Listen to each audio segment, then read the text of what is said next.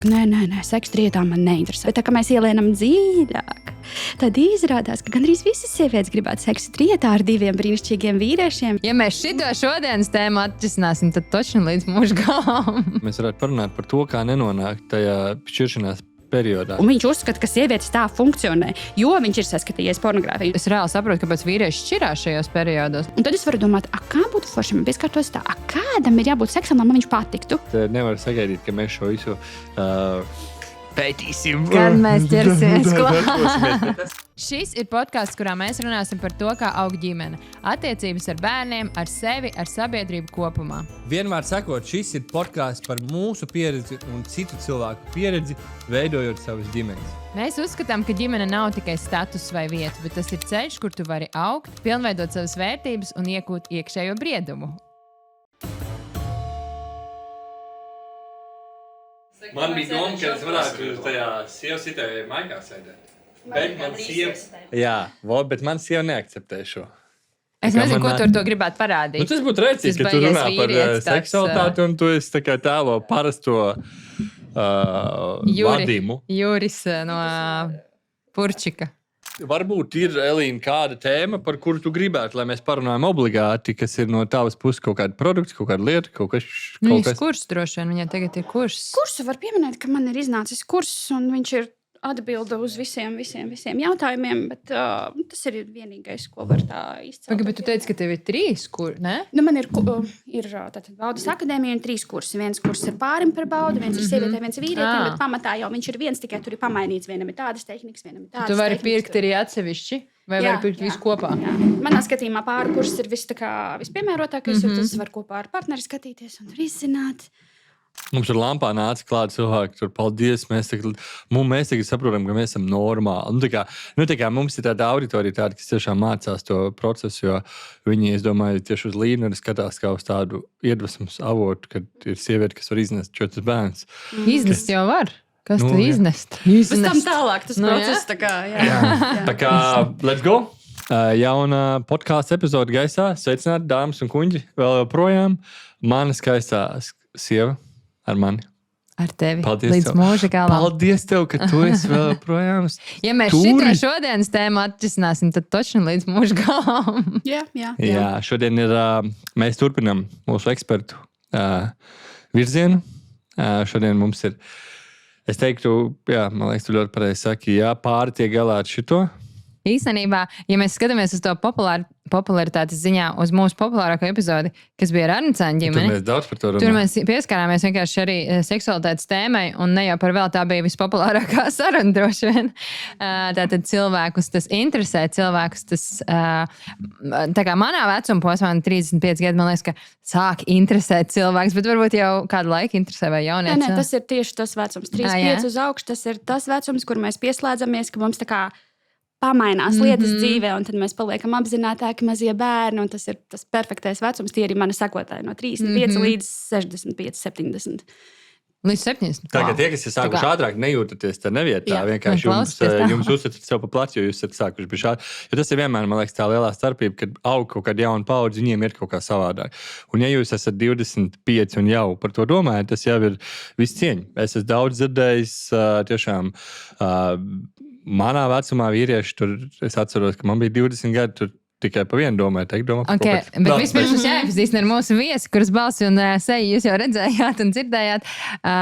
Pēc lielākās daļas skatītāju ieteikumu, kuriem mēs arī jautājām, vai jūs varat ieteikt, ko jūs gribētu dzirdēt, vai kādu speciālistu šajā tēmā, mēs esam uzaicinājuši un piekritus pie mums ierasties. Šodien ir Elīna Zesere. Jā, sveiki. Paldies.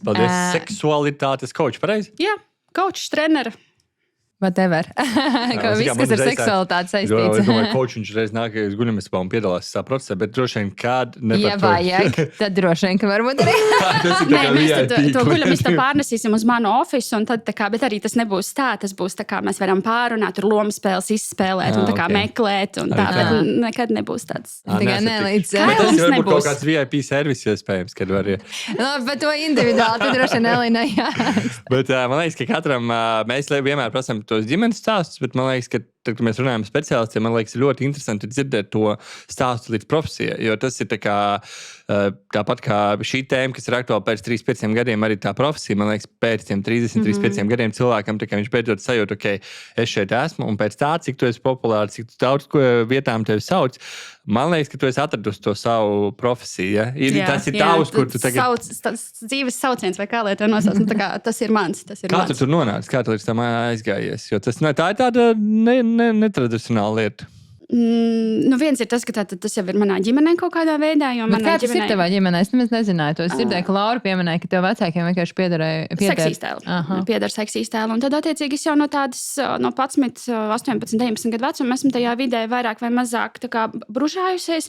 Un tas, ko es pamanīju, ka cilvēkiem ļoti, ļoti patīk runāt par seksualitāti. Viņi tā kā slēpjas no vienas puses, publiski mēs par to nerunājam. Bet tiklīdz es esmu telpā, es nezinu, kas notiek, bet cilvēki nāk man klāt. Un viņi man uzdod jautājumus par seksualitāti, jo es arī strādāju seksīs tēlā, un es pieradu konsultēt, man ļoti patika tā ideja. Bet tad vienā brīdī es nolēmu, ka es gribu paiet malā no tā visa. Tas gal galā ir ģimenes bizness, un man bija... Tur cik gadiem tu strādāji seksīs tēlā? Kaut kāda 18, 19, bet tas bija tāds on and off. Te es strādāju, te es nestrādāju, te es biju stāvoklī, mans vīrs tur strādāja, viņš pārņēma no manis visus pienākumus, bijušais vīrs jau. Bet tas mums bija tāds ģimenes pasākums, kur mēs ar vīru abi divi kopā bīdījām un darbojāmies, un arī mani vecāki visu laiku, protams, iesaistījās. Bet tad mēs paši nonācām līdz vienam brīdim, kur mēs sapratām, ka mēs esam iestrēguši un mēs tā kā gribam šķirties. Un tajā brīdī mēs tā kā visu dzīvi sākām no pilnīgas nulles, kur mēs abi aizgājām no darba un sākām veidot no pilnīgas nulles. Mans vīrs izmācījās par programmētāju, un tagad ir veiksmīga karjera, bijušais vīrs. Un es sāku virzīt sevi citā virzienā. Es esmu arī tā kā, varētu teikt, dizainere. Es sāku šūt kleitas un piedāvāt klientiem, kas arī ļoti labi aizgāja, forši bija bizness, bet kur es nonācu, tur, kur nonāk pilnīgi visi, kas dara kaut ko sev, izdega. Jo tāpēc, ka vienkārši nav zināšana par to, ko darīt, kā darīt ar naudu, iegrābies kaut kādās problēmās. Tā kā viss klasiskais, kas vien var notikt, notika ar mani. Izdegu, un tad es sapratu, nē, man kaut kas neapmierina esošajā, ka man ir jādara citādāk. Un tad es sāku mācīties coachingu, un tad ir tā, ka tā seksualitātes tēmiņa man visu laiku bija blakus. Visu laiku, jo mana dzīve ir tāda. Es cenšos veidot savu dzīvi pēc principa, kā darīt tā, lai man patīk. Tā, lai ir forša dzīve. Tā, lai tad, kad man ir 80 gadi, es skatos atpakaļ un domāju, jā, es esmu pilnīgi sajūsmā par savu dzīvi. Man ir prieks, ka es tā darīju, ka es darīju citādāk. Un tā atkal es sāku mācīties coachingu un nospecializējos tieši seksualitātes jomā, un tas viss kaut kā tik veiksmīgi savilkās kopā. Un tagad ir tā, ka es katru nedēļu eju uz dažādām intervijām un podkāstiem, un es redzu to, cik tā tēma cilvēkiem ir aktuāla un svarīga. To es arī redzu pēc sava Instagram satura, pēc tā, kā aug man sekotāju skaits, un es arī esmu ļoti... Tā mana specialitāte vai mana īpašā spēja ir tātad empātija, un es ļauju cilvēkiem sajusties normāliem. Normalizēt to, ka ir problēmas, to, ka seksu negribās, to, ka, piemēram, pēc bērniņa piedzimšanas ļoti bieži ir tāda fāze, ka seksu negribās, kas ir pilnīgi normāli.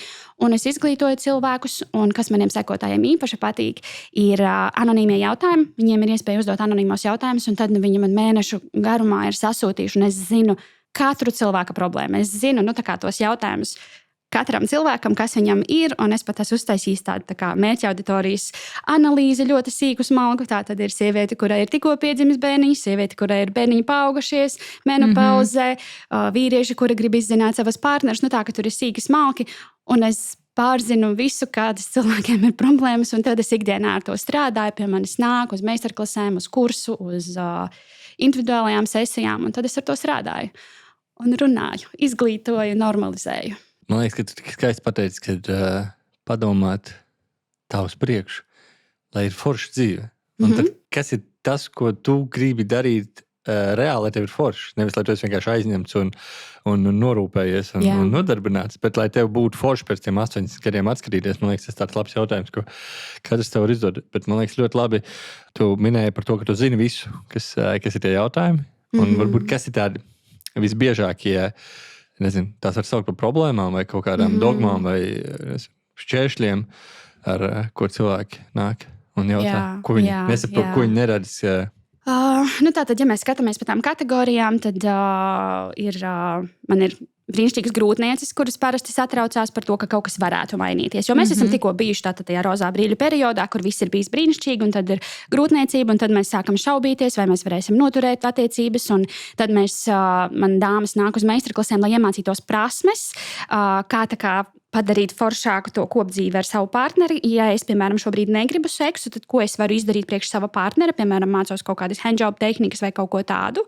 Tas tad ir iesākums, ar ko pie manas dāmas nāk. Tad nākamie jautājumi jau tad, kad bērniņi ir piedzimuši un kad bērniņam ir pusgads vai gads, un ka mēs attopamies pie tā, ka tiešām abi divi ir pārguruši un nav laika, negribās to seksu. Un ir tik daudz sievietes, kurām tiešām tas stress tajā ķermenī ir tik milzīgs, ka seksu vispār negribās. Un tad partneris sāk palikt neapmierināts ar to, ka tā seksa nav, un tad sākās tādas komunikācijas problēmas savstarpējas, un tad sievietes nāk pie manis par to runāt, un tad es viņām normalizēju, un tad arī viņas mācās tehnikas, bet tur ir vairāk darbs ar sevi, ko es varu ar sevi darīt, kā man atgūt sevi, jo es esmu sev pilnībā pazaudējusi. Es tajā brīdī esmu tā kā māma, kas ir saplūdusi ar bērnu, ar māju, un es neeksistēju kā tāda, un tad tur es strādāju. Teorētiski nekas seksuāls tas nav, jo tas, ko mēs darām, mēs novelkam robežas. Es mācu tātad klientiem, kas es vispār esmu, kur es sākos, kur es beidzos, kā nosprost robežu, kā sajust, kad man ir jāpasaka nē arī savam partnerim, jo sievietes šī posmā ļoti bieži nodara sev pāri. Viņas nodarbojas ar seksu tikai tāpēc, ka tā kā partneris grib, es negribu viņu pazaudēt, es negribu, lai viņš aiziet pie citas sievietes. Tagad es, protams, būvēju tādu negatīvāku ainu. Tas ir tas, ar ko es visbiežāk saskaros, jo pie manis, protams, nāk ar problēmām. Bet tikpat labi ir sievietes, kurām šī periodā libido paaugstinās, viņām gribās, un tad viņas nāk pie manis, ka es gribu eksperimentēt, es gribu kaut ko jaunu iemācīties, ko mēs varam darīt. Bet viscauri iet šī ideja, ka ar mani kaut kas nav kārtībā, es gribu pārāk maz. Un tāds liela problēma vai mīts pasaulē ir tas, ka seksualitāte un iekārta tiek balstīta uz vīrieša pasauli. Tā vīrieša iekārta tiek nolikta kā norma. Ja vīrietis grib seksu katru dienu, vai ja viņš grib seksu 3-5 reizes nedēļā, tad tā skaitās kā tā norma. Un tad sieviete skaitās, ka viņa it kā nav tā normālā, ka viņai to seksu gribās varbūt 3 reizes mēnesī. Un man atkal gribās pateikt visiem, ka gluži tā tas nav. Ka, redzi, mums vajadzētu kaut kur satikties pa vidu un atrast to, ka vīriešiem ir tātad visādi forši paškontroles mehānismi un vispār cik forši ir just to seksualitāti savā ķermenī, un lai viņa plūst, un tad viņi izmanto ikdienā darbā, tur pelnīt naudu, miljonus, un to enerģiju neizniekot. Un sievietēm atkal mācīt, kā viņas var to enerģiju pasmelties, kā viņām nolikt malā visas tās lietas, lai viņas tomēr kļūst, ka es esmu sieviete, es neesmu tikai māma, es neesmu tikai partnere, un tad abi divi var satikties pa vidu. Normalizēšana. Visu laiku man tas vārds normalizēšana. Un tad sievietes šī posmā pie manis nāk un saka, es neesmu normāla, es esmu salauzta, ar mani kaut kas nav kārtībā. To es dzirdu katru dienu.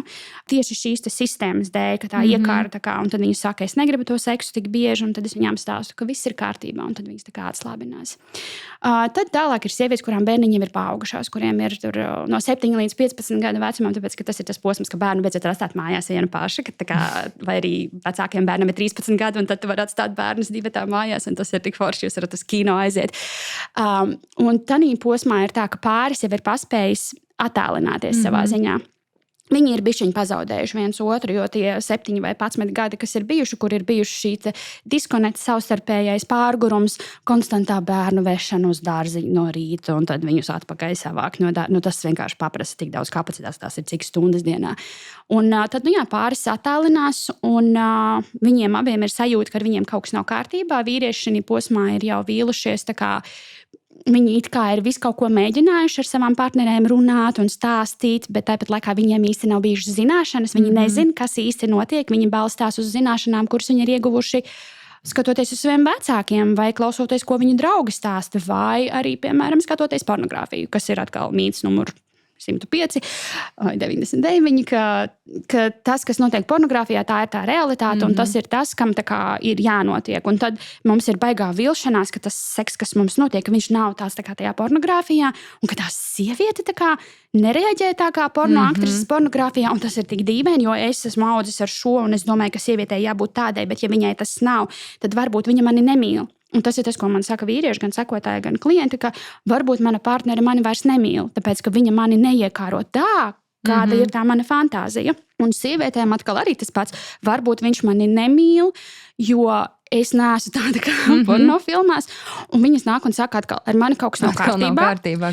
Es esmu salauzta. Tas ir uzstādījums, tas laikam nav kaut kas kārtībā. Jā, tas ir tā kā pamats. Es varētu uzrakstīt grāmatu ar nosaukumu ar mani kaut kas nav kārtībā, vai arī grāmata, kāpēc man nepatīk seks. Tas būtu uzrunātu. Tā laba grāmata, kāpēc man nepatīk seks. Visdrīzākais kaut kad drīzumā taps, jā. Attiecīgi... Mēs palikām pie tās grupas, kur 7-13 gadu bērni. Jā. Un sievietēm arī tur ir tādas interesantas ekspektācijas, jo parādās arī situācijas, kur vīrietis negrib seksu vairāk. Ka viņš ir bijis tik daudz atraidīts, ka viņam jau iekšā tik ļoti sāp, ka viņš neapzināti sāk atraidīt savu partneri, un tad sievietei liekas atkal kaut kas nav kārtībā, jo arī viņa dzīvo ekspektācijas, ka vīrietim vienmēr ir jāstāv. Nu, tā kā vīrietim ir jābūt erekcijai. Ja vīrietim nav erekcija, kaut kas nav kārtībā. Ar viņu ar kā? Arī ar sievieti, jā, pirmkārt, tad ar mani kaut kas nav kārtībā, viņš mani neiekāro. Jo tas ir tas, ka mēs pasaulē tādā dzīvojam, pornofilms, vai ne? Sieviete ienāk telpā, vīrietim ir erekcija, un viņai uzreiz viss tur notiek, un viņa ir gatava. Bet tāda nav tā realitāte. Un tad mums ir tās fakinās ekspektācijas, ka mēs tā kā ceram, ka būs tā, bet tā nenotiek. Un tad es atkal šo pāri cenšos savest kopā, un tur ir atsevišķas sarunas. Es strādāju gan tā kā pārī kopā, gan atsevišķi ar katru. Bet īstenībā lielākais ieguvums ir tad, kad pāri pie manis nāca uz meistarklasēm individuālajām, kas bija tāda 3 stundu gara forša meistarklase, kuras viņiem stāstīju gan tātad pamatus, kāpēc vispār tā notiek, jo tas ir tas, kāpēc mēs nesaprotam, kāpēc mēs tā atsvešinamies. Un tad pēc tam es rādīju kaut kādas tehnikas un visādas tādas klātesamības vingrinājums ar acīs skatīšanos. Un tad tas, ko es ievēroju pāri, tā kā viņi pēc tam 3 stundām viens uz otru skatījās, reizēm raudāja un vienmēr teica, ārprāts, es nezināju, ka tas ir tas, pēc kā es ilgojos, man likās, ka es gribu to seksu, bet īstenībā es gribu kaut ko pilnīgi citu. Un tad viņi abi tā kā uz brīdi tiek savesti kopā, un tad viņiem parādās jauna iedvesma kaut ko darīt citādāk. Un tāpēc es uztaisīju kursu savēju, un tas kurs ir tā kā atbild uz visiem šiem jautājumiem.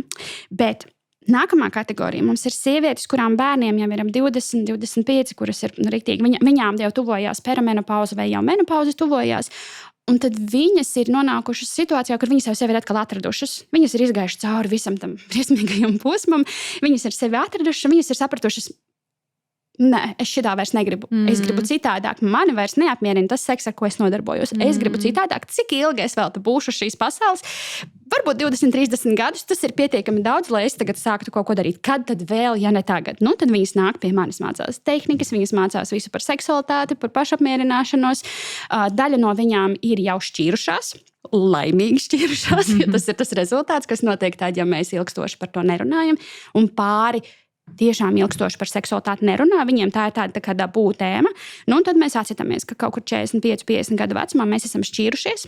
Un daļa no šīm sievietēm ir atguvušas pilnīgi jaunu enerģijas līmeni. Viņas ir apprecējušās no jauna, bieži vien ar jaunākiem vīriešiem. Un tad viņas ir atklājušas, ka seks var būt fantastisks, brīnišķīgs, lielisks. Un tad viņas nāk mācīties papildus kaut kādas lietas, lai tā kā savam partnerim atdarītu to, cik ļoti viņš ir aktivizējis viņas ķermeni. Tie ir tie brīnišķīgie stāsti. Protams, ir arī stāsti daudz, kur tātad, ka partneris ir, ka viņš vispār vairāk nav, ka viņš ir miris, piemēram. Un tad sieviete skatās, kā savu dzīvi no jauna sāk. Un arī ko ar to seksualitāti darīt. Un tad šī kategorijā ir daudz sievietes, kuras vai nu vēl joprojām cenšas, ka šis ir tas laiks, kad tad vēl es ar to vīru sākšu tās attiecības veidot, kad mēs to seksualitāti iekustināsim. Tad viņas nāk un kustina, un tad ir daļa, kas tā tad ir šķīrušās, vēl nav attiecībās, un tad viņas nāk pie manis, un mēs par Tinderu runājam, ko tad tagad darīt, kā tagad. Šī ir kategorija, kas klasiski saka, Tinderī jau nekā nav, vīrieti nevar atrast, jo viņām ir ekspektācijas par to, kā tur ir jābūt, un tad ir problēmas sievietēm ar atraidījumu, kur, ja man ir match Tinderī, un tas vīrietis uzreiz neuzraksta, tā tad viss ir slikti. Nu, tā kā, jo sievietes nav pieradušas pie tā, ka viņas atraida, vīrietis ir biežāk pieredzējis. Viņš zina, ka Tinderī tā būs 30 sievietēm jāuzraksta, 3 no viņām tev atbildēs, 1 no viņām aizies ar tevi uz randiņu, un tas ir yes, victory, win-win. Sievietei tā ir katastrofa, un plus viņas pašas neraksta, un tad viņas nesaprot, un tad viņas sūdzās par to, ka viss ir slikti. Bet tāda nav mana pieredze, un man ir tik daudz klientus, kas šī vecumā ir atnāk un saka, es atradu vīrieti, viss ir brīnišķīgi. Jā, kāds jautājums bija? Nē, man liekas, ļoti interesanti. Tu izgāji cauri tādam, par to, ko mēs īstenībā aizkadrā runājām, par to, kad cilvēkiem, bet pāriem ir jāsaprot, ka jums nav īpašs gadījums. Jūs visi ejat cauri šiem pašiem posmiem. Jautājums ir, kurā brīdī jūs par to sāksiet runāt un sāksiet domāt par kaut ko ārpus tā, ar ko jūs esat uzauguši. Jo mēs esam uzauguši ar pornogrāfiju. Es nezinu, kā tagad ir, kas tagad notiek, bet es redzot, cik daudz ir kaut kādi šie kontenti par to, kad jauniešiem tieši, kad beidziet skatīties pornogrāfiju un vēl kaut ko, kad es saprotu, ka tā ir milzīga problēma cilvēkiem, ka viņi dzīvo to pasauli. Ka mēs dzīvojam fake tādā izdomātā pasaulē, kuras īstenībā nav.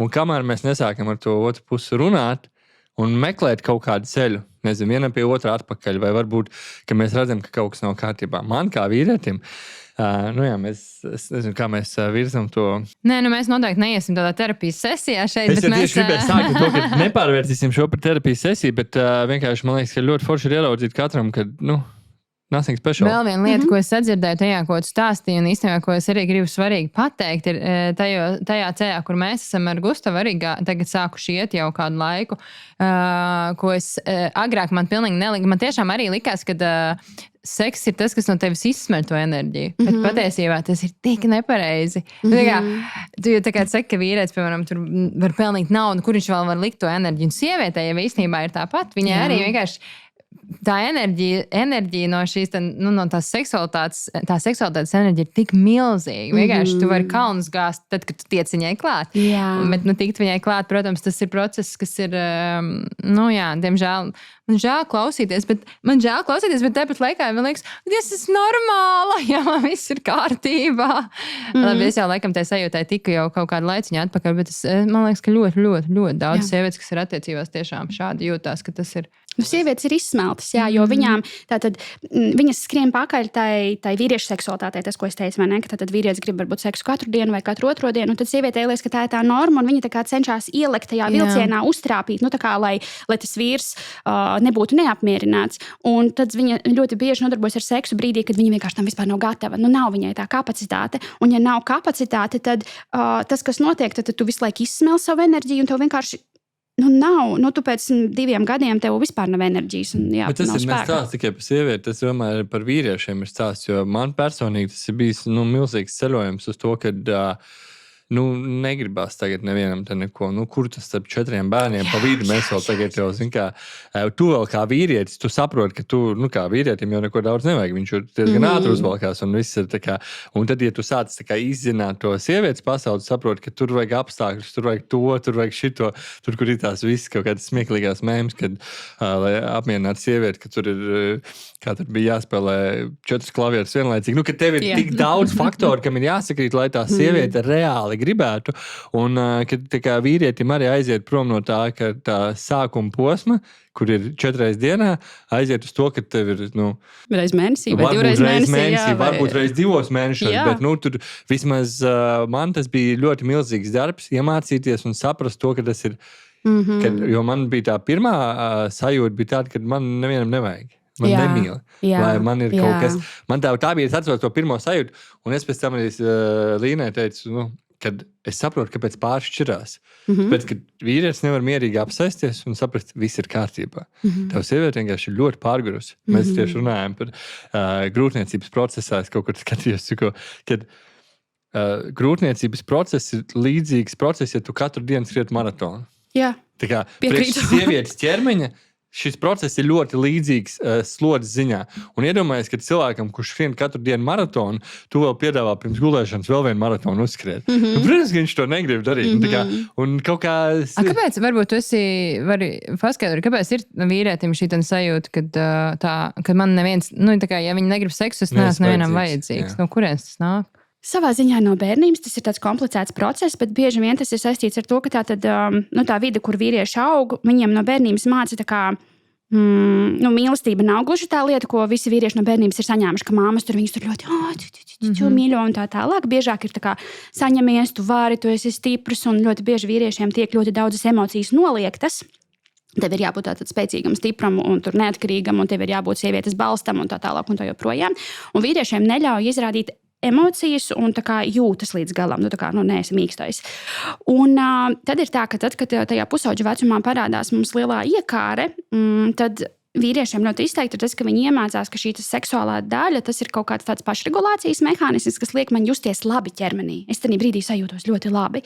Un viss pārējais man savā ziņā ir noliegts. Es nedrīkstu kaut kā citādāk izpaust tās savas emocijas, bet tā seksualitātes daļa ir kaut kas, kas tā kā ir atļauts. Un tad seksā es drīkstu paņemt to, kas man ir vajadzīgs. Es caur seksu it kā dabūnu tās emocijas, kuras man pietrūkst, piemēram, tā mīlestība, ka vīrietim bieži vien ir vieglāk caur seksu dabūt visu to piepildījumu. Ka viņš tātad ir gribēts, ka viņš ir mīlēts, tas ir tāds intīmākais process, kas ir. Jo pārējā laikā, pat ja mēs mīļojamies, un es tev saku, es tevi mīlu, ir ļoti bieži iespējams, ka vīrietis to līdz galam neielaiž iekšā. Man tā kā saka, es tev mīlu, jā. Es pieņemu, jā, tu man mīli, bet Nē, es saprotu, ko tu saki, jo man ir divas pasaules. Viena ir tur, kur es kaut kā jūtu, kā jūtās vīrietis parastais.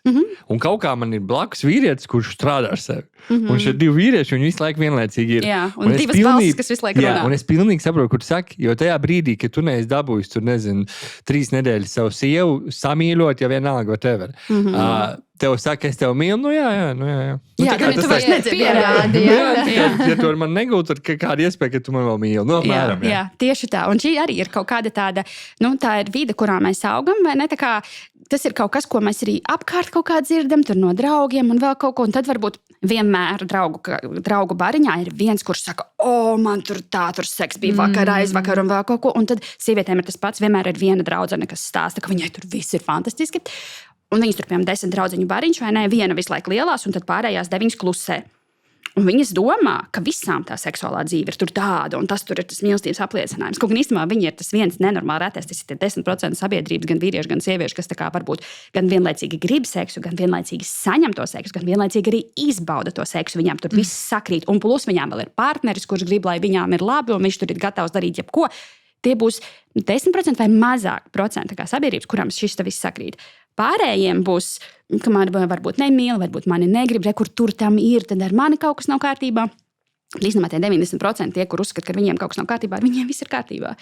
Un tava sieva tevi mīl, jā, un viņa tevi grib, tikai tas, ka enerģijas līmenis ir tāds, ka tā kā, kā tu saki, vai ne, ka ir vajadzīgs laiks, tur tas klavieris jāspēlē 4. Tā kā es zinu, ka ja es gribu seksu vakarā, es varu aizmirst par to, ka vakarā man būs seks. Man, piemēram, tagad arī šo ceturtdienu ar vīru. Mēs pirms 3 nedēļām ieplānojām, ka šo ceturtdienu mums būs fuck evening. Es ceru, ka es varu šo vārdu teikt. Ja kas izgriezīsiet ārā. Vai fuck dates. Nē, mēs negriezīsim. Jūs izgriezīsim kā rīlā. Jā, droši. Tātad tā ir diena, nevis tikai vakars, bet tā ir diena, kuru mēs pavadīsim kopā. Viņš ir noīrējis dzīvokli Airbnb, jo tas nevar būt mājās. Saka, es domāšu par traukiem netīriem. Un mēs dosimies uz šo dzīvokli. Mēs nosākamies uz randiņu, mēs aiziesim uz kādu restorānu pēc manas izvēles, un tad mēs dosimies uz šo dzīvokli, un tad mēs domāsim, ko mēs darīsim. Vai nu mēs iepriekšējā dienā jau pārunāsim, mēs kaut ko pafantazēsim. Un tad mēs aiziesim uz to dzīvokli, paņemsim līdzi visas savas seksa rotaļlietas, kas mums ir. Ne visas, neesmu bet tā kā svarīgākā rotaļlieta man ir womanizers. Iesaku visām sievietēm, tā kā tad, kad kaut kur dodos, es viņiem ņem līdzi. Šodien no šejienes nenācu ar womanizeru, bet tad, kad es kaut kur braucu viena pati, tad jā. Un tad mums būs mūsu fuck dates, kur mēs pārunāsim varbūt kaut kādu fantāziju, kādu lomu spēles. Es sagatavoju lomu spēles.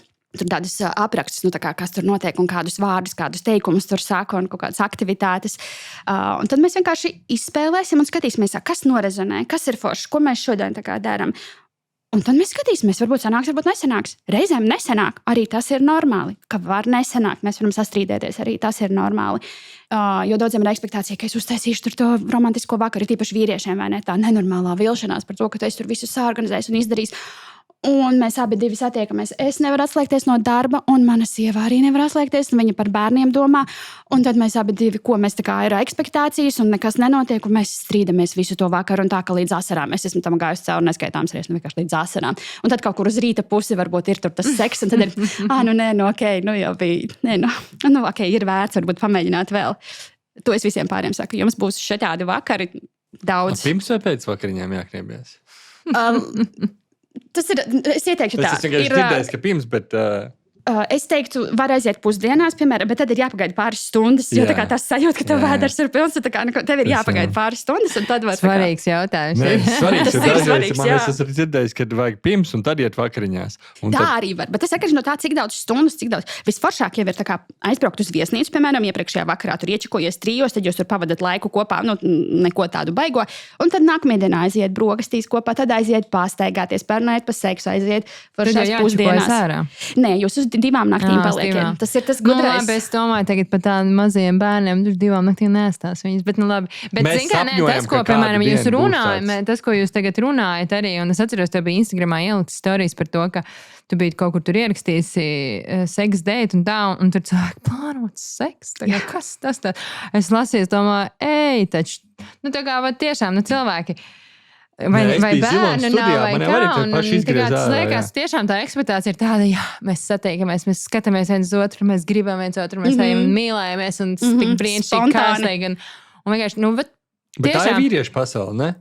Šī ir gan vīriešu, gan sieviešu ekspektācija, ka seksam ir jābūt spontānam, jo tad, kad mēs sākām tikties, viņš bija spontāns. Spontāns. Kas notika īstenībā? Tu man uzrakstīji ziņu, sveika, es gribu tev šovakar satikt. Cik forši viņš grib man šovakar satikt. Un tad viņš raksta, tu esi tik skaista. Jā, un tad mēs aizbraucam kopā randiņā, un es jau visu laiku domāju, ka varbūt viņš mani grib.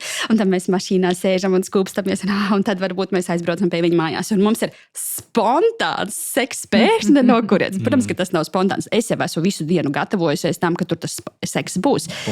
Spontānais, jā. Un tas arī ir attiecība ikdienā, ka, mēs esam tik noslogoti, ka tur jau nav vietas tam spontāniem seksam. Viņš var parādīties tikai tad, kad mēs veltam to laiku, un tas ir tas, kas cilvēkiem likās, nē, tas ir nepareizi, tas ir atžgārni, tas nav seks, tas neskaitās.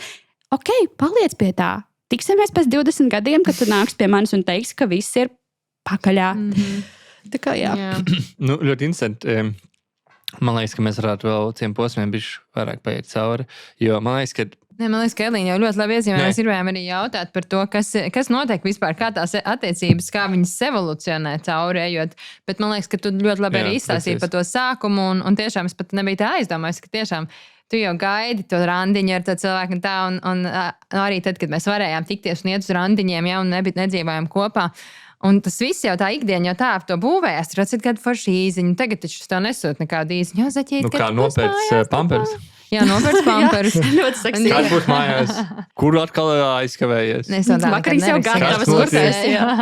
Jā, bet un tad pienāk tas brīdis, kad mums tā viss mums tu notiek. Mēs domājam, vai tā esam ģimenes papildinājumu, mums piedzims bērniņš un viss. Un es neko vairs negribu. Reāli es gribu pagulēt, es gribu izgulēties. Es 3 gribu auklītes. Jā, tas būtu ideālais variants. Un man liekas, ka tas, mēs esam šobrīd tajā posmā, labi, mums ir 4 bērni, kas bija diezgan, viens pēc otra, tur pirmie 2 piedzima diezgan ātri, tad es mācījos, tad tur bija bišķiņi kaut kāds atpūtas laiks, tagad atkal 2 maz bērniņi. Un tiešām mēs esam sapratuši, ka tās attiecības ir kaut kādā tajā vietā, kur, tā kā Gustavs īstenībā, tas nebija ar domu varbūt man, ka viņš to teica, es reāli saprotu, kāpēc vīrieši šķirās šajos periodos no sievietēm, jo tā visa, ko tie jau stāstīja. Un tagad ir tas solis, kā, uz kurien mēs iesim tālāk, kā mēs atradīsim viens otru, lai mēs varētu pacelt tās attiecības nākamajā līmenī, jo arī tā, tas ir skaidrs, ka tā kā bija pirms tam, visticamāk tā nebūs vairs. Nav jāatrod vairs tas. Varbūt labāk. Jā, bet tieši tā.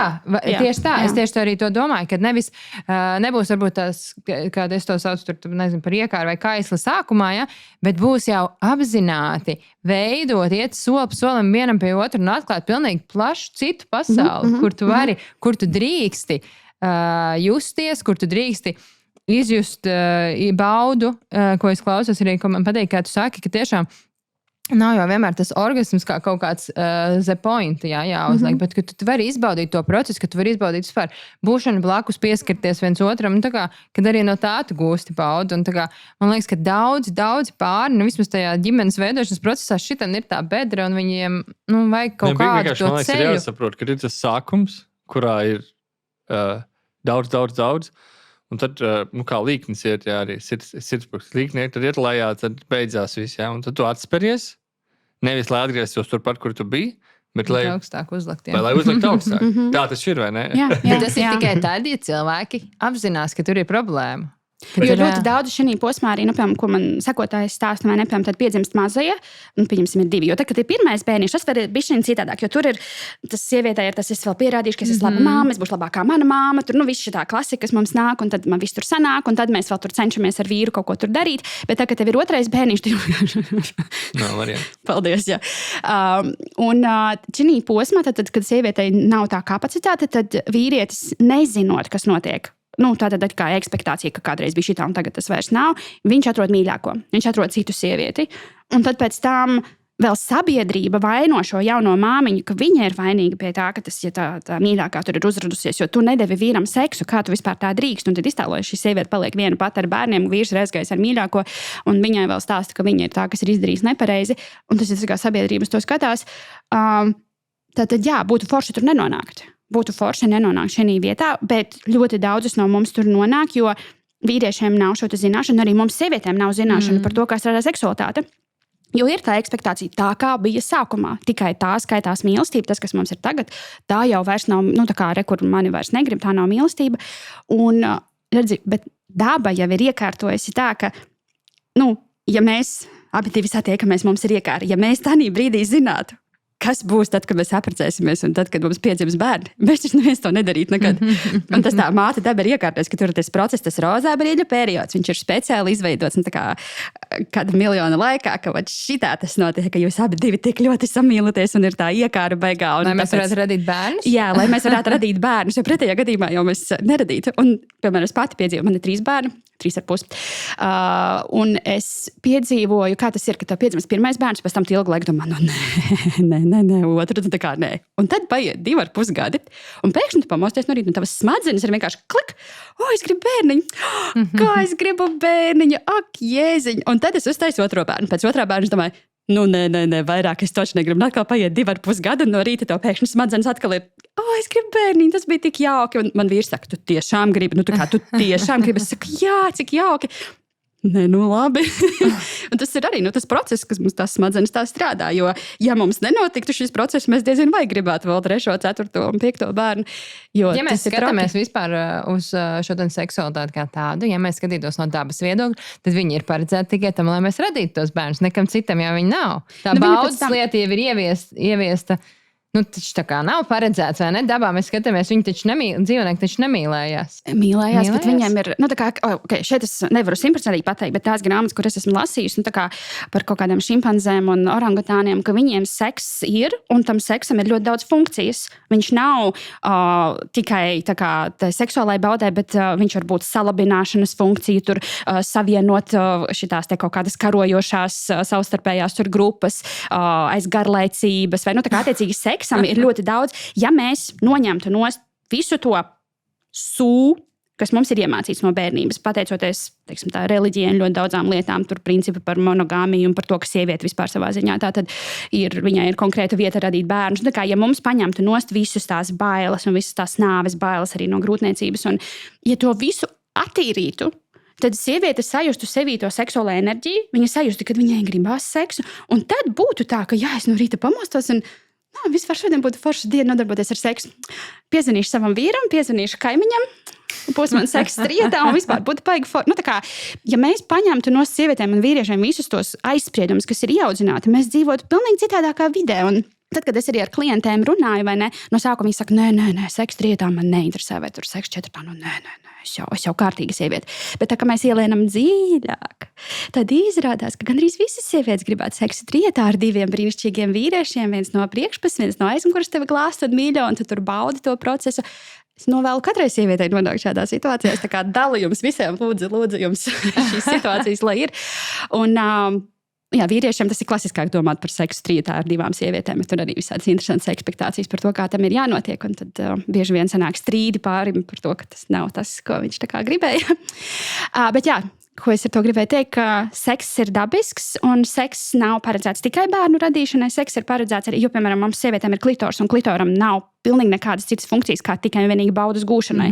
Kādreiz tur bija tie uzskati, ka tur saistīts, varbūt tur sieviete sasniegs orgasmu, un tad maksts uzsūks spērmu, un tad sieviete paliek stāvoklī, bet izrādās pierādīja, ka tam nav nekāda saistība.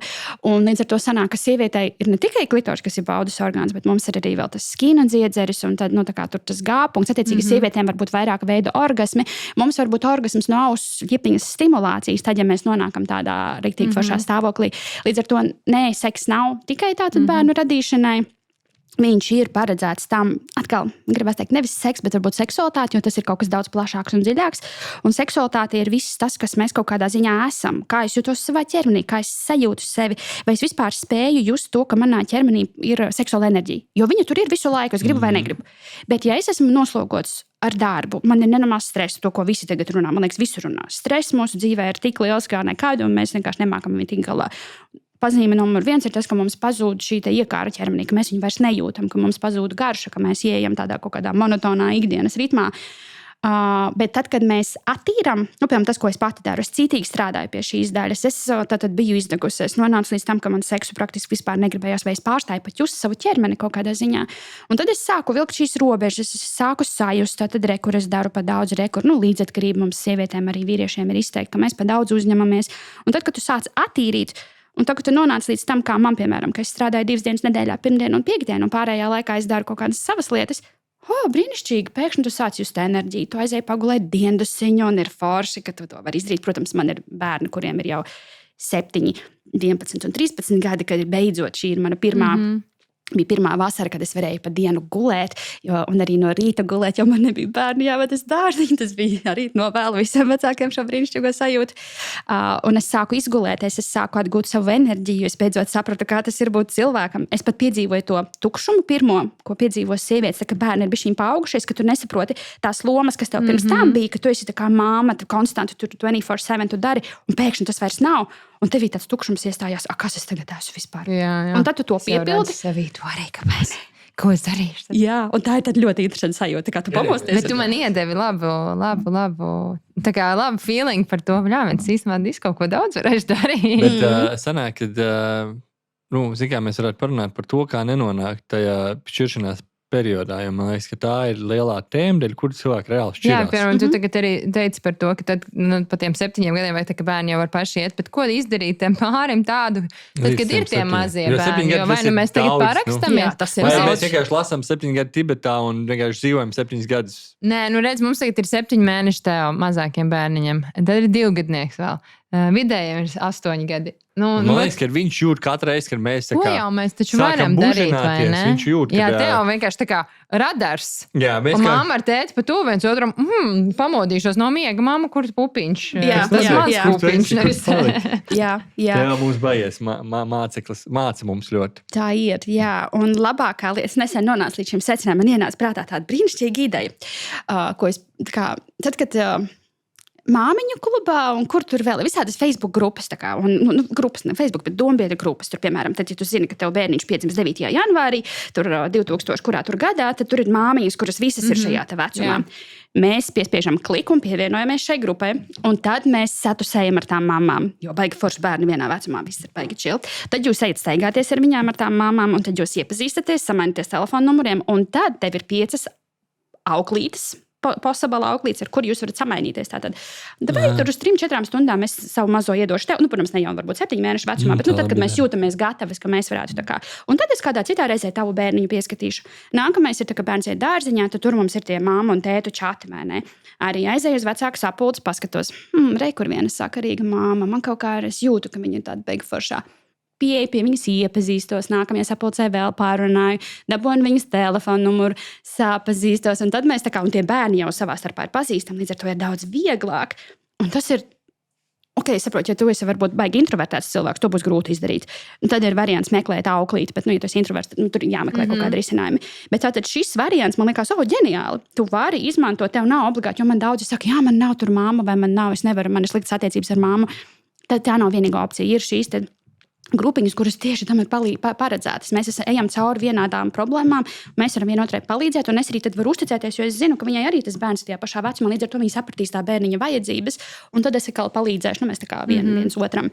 Tas ir tas, ko mēs varam darīt. Tu domā vienkārši atrast kaut kādu palīgu, kurš tev var iedot tās 2-3 stundiņas, ka tu vari ar to mazo bērniņu aiziet, nē, tā ir laba ideja tam, ka tu tiešām vari ieplānot laiku. Tas, ko es arī, bet arī īstenībā tu ļoti labi pateici to, ka jūs varat ieplānot to laiku un jāpieņem, ka varbūt arī nesanāks nekas tur, nekāds tur, tā kā, nezinu, 2 stundu garš seks, bet vienkārši tiešām pabūt ar to otru cilvēku kopā. Jūs varbūt aizmiksiet. Arī ļoti svētīga lieta pagulēt kopā, vienkārši tik saldi var, es ar vīru, mēs ejam dienas kopā gulēt, tas ir mūsu tā kā labākais laiks pa dienu. Mēs vienkārši, jo viņš no mājas strādā un man ir vairākas tās brīvās dienas, un tad, kad es jūtu to brīdi, kad ir tas nogurums, mēs abi ejam, ielienam gultā, papļāpājam, un tad tā kā labi paguļam, un tad mēs uz stundu aizmiegam, un pēc tam tu pamodies, un tev ir tāda, dzīve ir tik skaista, un tev enerģijas līmenis uzreiz tā kā recharģojās, un tu atkal esi gatavs iet un kalnus gāzt. Brīnišķīgi. Ja tur kaut kur ieplānojas pa vidu netīšām seks, arī lieliski, ja nē, pagulēšana lieliski strādā. Ja tas vīrieši, man liekas, tā ļoti... Man liela problēma bija tajā, ka tev ir tik maz tie brīži, kad jūs esat divatā, kad katru to brīdi gribās izmantot tikai vienīgi seksam. Tas reāli. Jā, un tad ir tā apmēram, man arī ir tā spiediena sajūta, ka man tagad šis mums tas laiks, mums arī kaut kas ir jāizdara. Un tad vienkārši tu nonāc pie tā, ka tev reāli atkal ir, tā kā tu nekvalitatīvs. Tas kaut ko sadari, tad tu sāc arī, vīrietim jau arī viņam, ja sen nav bijis, viņš arī tur nav baigi super izturīgs. Un tad sākās tā vilšanās, man liekas, no abām pusēm un iemācīties kaut kā atvienoties no tā, ka katrs mirklīts ir jāizmanto. Bet es ejam varbūt tā konkrēti. Tad pirmais ir jāpieņem to, ka visdrīzāk, kamēr bērns karājās pie krūts. Cik briesmīgi tas klausās. Kamēr bērniņš zīž. Kamēr tu baro savu bērniņu. Jā, visdrīzāk, kad jums nav superaktīva seksuālā dzīve. Jā. Viņš pēc tam aiziet uz bērndārzu, ja mums izdodas atrast tās mammas, kurām nogrūst uz pāris stundām, un mēs iemācāmies ieplānot. Bet bērndārs laiks jau arī vien ir brīvs laiks. Jā, tas vien, ka bērns ir bērndārzā, bet tas atkal tie, kas strādā no mājas. Jā. Un kaut gan īstenībā mūsdienās jau ir diezgan daudz tādu pāru, kas strādā no mājas. Ja tur ir darbs vēl pa galvu. Jā. Bet daži saka, strādā no mājas. Man ik pa laikam nāk pāri, kas tā kā saka, mēs varam, vai arī, piemēram, bet 2 ir Rīgas centrā, tad, piemēram, pusdienas laikā viņi paņem bišķiņ garāku pauzi un tad aiziet uz māju. Bet tas, protams, ir variantā, ja tu dzīvo tur Ķekavā vai Jelgavā un tev ir jābrauc, tad visdrīzākais nebūs variants, bet ja jūs esat kaut kur tepat pilsētas centrā, tad var satikties, piemēram, uz pusdienām kopā aiziet, jau tas vien, ka mēs tad pavadam šo stundu kopā tikai pārunājot tās ikdienas lietas, kuras, jo pretējā gadījumā mēs atnākam mājās un vajadzētu varbūt pavadīt laiku kopā, bet ir jātīra māja, viss kaut kas jādara, mums nesanāk parunāties, tad mēs pēc tam gribam pārlikt pāri tai intimitātei, kur mēs runājamies un tikt uzreiz uz seksu, un tad mēs sevi tā kā izpumpējam tukšu, un mēs nekad neatgūstam to savstarpēju intimitāti, kur mēs tikai pārunājam, kas vispār šodien notiek, kur tu šobrīd atrodies, kur atrodos es, vai man šonedēļ ir enerģija vispār kaut kam, kā es tev varu palīdzēt, lai tev būtu enerģija papildus, kā es varu parūpēties, man šodien bišķiņ vairāk enerģijas, kā es varu tev palīdzēt. Bet jā, ekspektācijas ir jāsamazina. Par to, kad izpumpē. Un šis, man liekas, arī ļoti liela tēma ir, kad ir dažādi veidi seksi. Un ir seks, kurš reāli izpumpē. Jā. Un kā ir seks, kas uzlādē. Kā nonākt no tā, kas pumpē ārā uz to, kas uzlādē. Tas ir tas, ka tad, tu tiec tai enerģijai klāt, ja tas tev nav vienkārši tas pienākums seks, tad, un tu tiec... Respektīvi, te, kad tu sāc veidot pienākumu seksu, tad viņš pumpēs tev ārā. Tad viņš vienkārši pumpēs ārā arī vīrieti. Arī vīrieti, jā. Jo tu pumpē, jo tur nav tas tie visi jo hormoni. Jo arī vīrietis savā ziņā. Kas tad notiek? Vīrietis arī brīdē, tātad teorētiski es gribu seksu, bet kur es viņu tur varu paspēt? Kur vakarā ir 11. jāiet gulēt, mēs esam ielīduši gultā 22:45. Teorētiski vēl 15 minūtes līdz aizmigšanai. Šis ir tas vienīgais brīdis, kur varētu. Man tieši šobrīd negribās, bet šis ir vienīgais brīdis, kad es varētu. Tad es fiks tā kā būšu gatavs. Un tad es saku sievai, ka, es gribu seksu, un sieva tā kā... man liekas stundu, lai es uzbudinātos, bet šis ir tas vienīgais, mums citi vakar rītarē, kur mums tur tās, parīt tur tas. Šis ir vienīgais vakars. Nu, labi. Nē, tad, kad aizies, tad jau būs labi. Un tad, kas notiek? Tad jau it kā patīk. Tajās 15 minūtēs jau, protams, jūs neiekļaujaties. Tas process aizņem beigās ilgāku laiku. Un tad, kamēr es tur uzbudnos, kamēr kaut kās, un tad beigās ir 23:45, un mēs esam jau tā tad pārgulējuši. Mums jau bija sen jāguļ, un mēs neesam aizmuguši. Tas nozīmē, ka nākamajā dienā būs laicīgi jāceļās, un tu nebūsi izgulējies, tev tas pietrūks atkal enerģiju, un tā mēs tā kā bīdam visu laiku tās savas rezerves. Pie pirmā bērna to vēl var atļauties. Pie otrā, trešā, tu jau sāc tā kā... tu visu laiku saproti, tu sāc sajust tās savas robežas, un tu zini, 15 minūtēs mēs neiekļausimies, un man rīt ir jāceļās. Šovakar tas seks tomēr tā kā labāk, tad nē. Un tad abi divi jau sāk no tā seksa tā kā atteikties, jo vienkārši saprot, ka tā miega kvalitāte un tas viss. Bet, protams, kur ir tā problēma? Problēma ir tajā, ka mums ir par daudz to pienākumu, mēs esam paņēmuši, un tad, kad mēs esam lielā stresā, īpaši, kad mums ir bērni, tad ķermenis ieiet stresā, un jo vairāk mums ir stresa, jo vairāk mēs darām lietas. Tas saucās izdzīvošanas, tad mēs nevaram atslābināties. Tad, kad es atnāku mājās, es sāku tīrīt māju, vai es tur kaut ko daru, man visu laiku kaut kas jādara. Mēs esam tādā stāvoklī, ka mēs nevaram apsēsties mierīgi. Ja es neesmu pieradis ikdienā meditēt, tad es nevaru, es apsēdīšos dīvainā, un es jūtu, kā man iekšā ir tāda sajūta, ka man tā kā kaut kas jādarīt. Es nevaru, ko tad es sēdēšu, vai ne? Un tā mēs to enerģiju vēl vairāk iztērējam. Kaut gan īstenībā tas brīdis būtu tas, kur mums reāli jāapsēžās. Un tā kā jāapstāsta griestos 15 minūtes, tā kā vai jāieguļā dīvainā, vai jāaiziet istabās, vai jāizslēdz durvis. Tā kā bērniem jāpasaka, man vajag 15 minūtes, 5 minūtes. Austiņās ielikt NSDR, non-sleep deep rest meditācija, vienkārši perfekta štēla, tur var uztaisīt tur 5 minūtes, 10, 15 minūtes. Un tu vienkārši relaksējies. Man vēl patīk tā pannu, kas spēlē pannas, tur tā 1000 frekvences. Jebko, kas ir virs 700 frekvences, var sameklēt YouTube, jebkas, man liekas. Jā, un tās pāris minūtes viņas tev iedos tādu beigo recharge, un pēc tam tu tiešām tu atver tās acis vaļā pēc tam 15 minūtēm, un tu jūties tā kā no jauna bišķiņu uzlādējies, un tad es varu iet atkal kaut ko darīt. Bet vēl labāk ir palikt vēl pāris minūtes un ar savām domām pabūt, neskriet. Bet tas ir tik sarežģīti, jo es pati biju situācijā, kur tad kad es biju izdegusi un vēl kaut ko, un man bija tā sajūta, ka visu laiku kaut kas jāskrien jādara. Man likās, tāpēc, ka man ir daudz darba, tāpēc man ir jāskrien. Bet tad es paņēmu mēneša garu atvaļinājumu, un es tur apdarīju visus darbus, un tā kā atvaļinājumu pēdējā nedēļā, kad tā kā viss ir izdarīts, kad vairs nav nekas, es no rīta pieceļos ar sajūtu, un es jūtu, ka man iekšā ir tas kaut kas jādara, un es domāju, bet es esmu visu izdarījis, man nekas nav jādara, kāpēc ir tā sajūta? Un tad es sapratu, ok, kaut kas nav kārtībā. Un tad es atpazinu, ka tā ir trauksme iekšējā, kur es nezināju, es nebiju viņam nosaukumu ielikusi pirms tam, jo man likās, ka tas ir vienkārši normāli, jo es taču visu laiku kaut ko daru, man ir daudz darba, man ir jāskrien. Nē, izrādās ir otrādāk. No tā stresa veidojās šī trauksme, ar kuru mēs nemākam tikt galā, jo viņa ir pārāk tā kā agresīva ķermenī. Un tad, kad ir šī trauksme, viņa mūs dzen uz priekšu. Viņa tā kā, man jādara vēl tās, jo tā ir tā izdzīvošana, un tā kā tev ir jāskrien, tev lauva skrien pakaļ, tev ir jādara kaut kas, tu nevari apgulties, un tā kā, čau, lauva. Un šeit atkal sākās darbs ar sevi, ja man nav apzinātība par saviem iekšējiem procesiem, un ja es tajā izdzīvošanas, tad, kad man ir šie bērni maziņi, ja es turpinu visu laiku skriet un vēl vairāk darīt, ja es neiemācos apstāties, tad tas ietekmēs manu seksualitāti, tas ietekmēs manas attiecības kopumā. Un tad šeit ir tas, kur noder individuāli, varbūt aiziet uz terapiju, varbūt aiziet uz pāru terapiju, bet primāri šis ir tas stāvoklis, kur man ir jāsāk strādāt ar sevi, un nevis tādā brīdī domāt par manu seksualitāti, par manu iekāri vai par to, kā seksu uzlabot, bet gan par to, kā iemācīties, kā atrast sev pašregulācijas mehānismus, kas ļauj man iziet no izdzīvošanas režīma, lai es varu atnākt mājās un uzelpot, lai es varu saprast, ka man nav obligāti tagad jāiet tos traukus nomazgāt, ka nekas nenotiks, ja es viņus nomazgāšu vēlāk, es viņus nomazgāšu rītā, ka man nav māju jāsavāc, vai arī vēl briesmīgāk, ka man nav to Netflix jāslēdz iekšā obligāti. Jo ko mēs darām tad, kad mēs atnākam mājās, mēs esam noguruši, bērnus varbūt noliekam gulēt, ko mēs varētu padarīt? Un tā vietā, lai mēs varbūt pagulētu dīvainā, vienkārši pamīļotos vai viens otram acīs paskatīties, mēs ieslēdzam Netflixu, vai arī mēs sēžam skrolējam telefonu. Un tās ir pazīmes par to, ka ir tā iekšējā trauksme, kura mums spiež kaut ko darīt.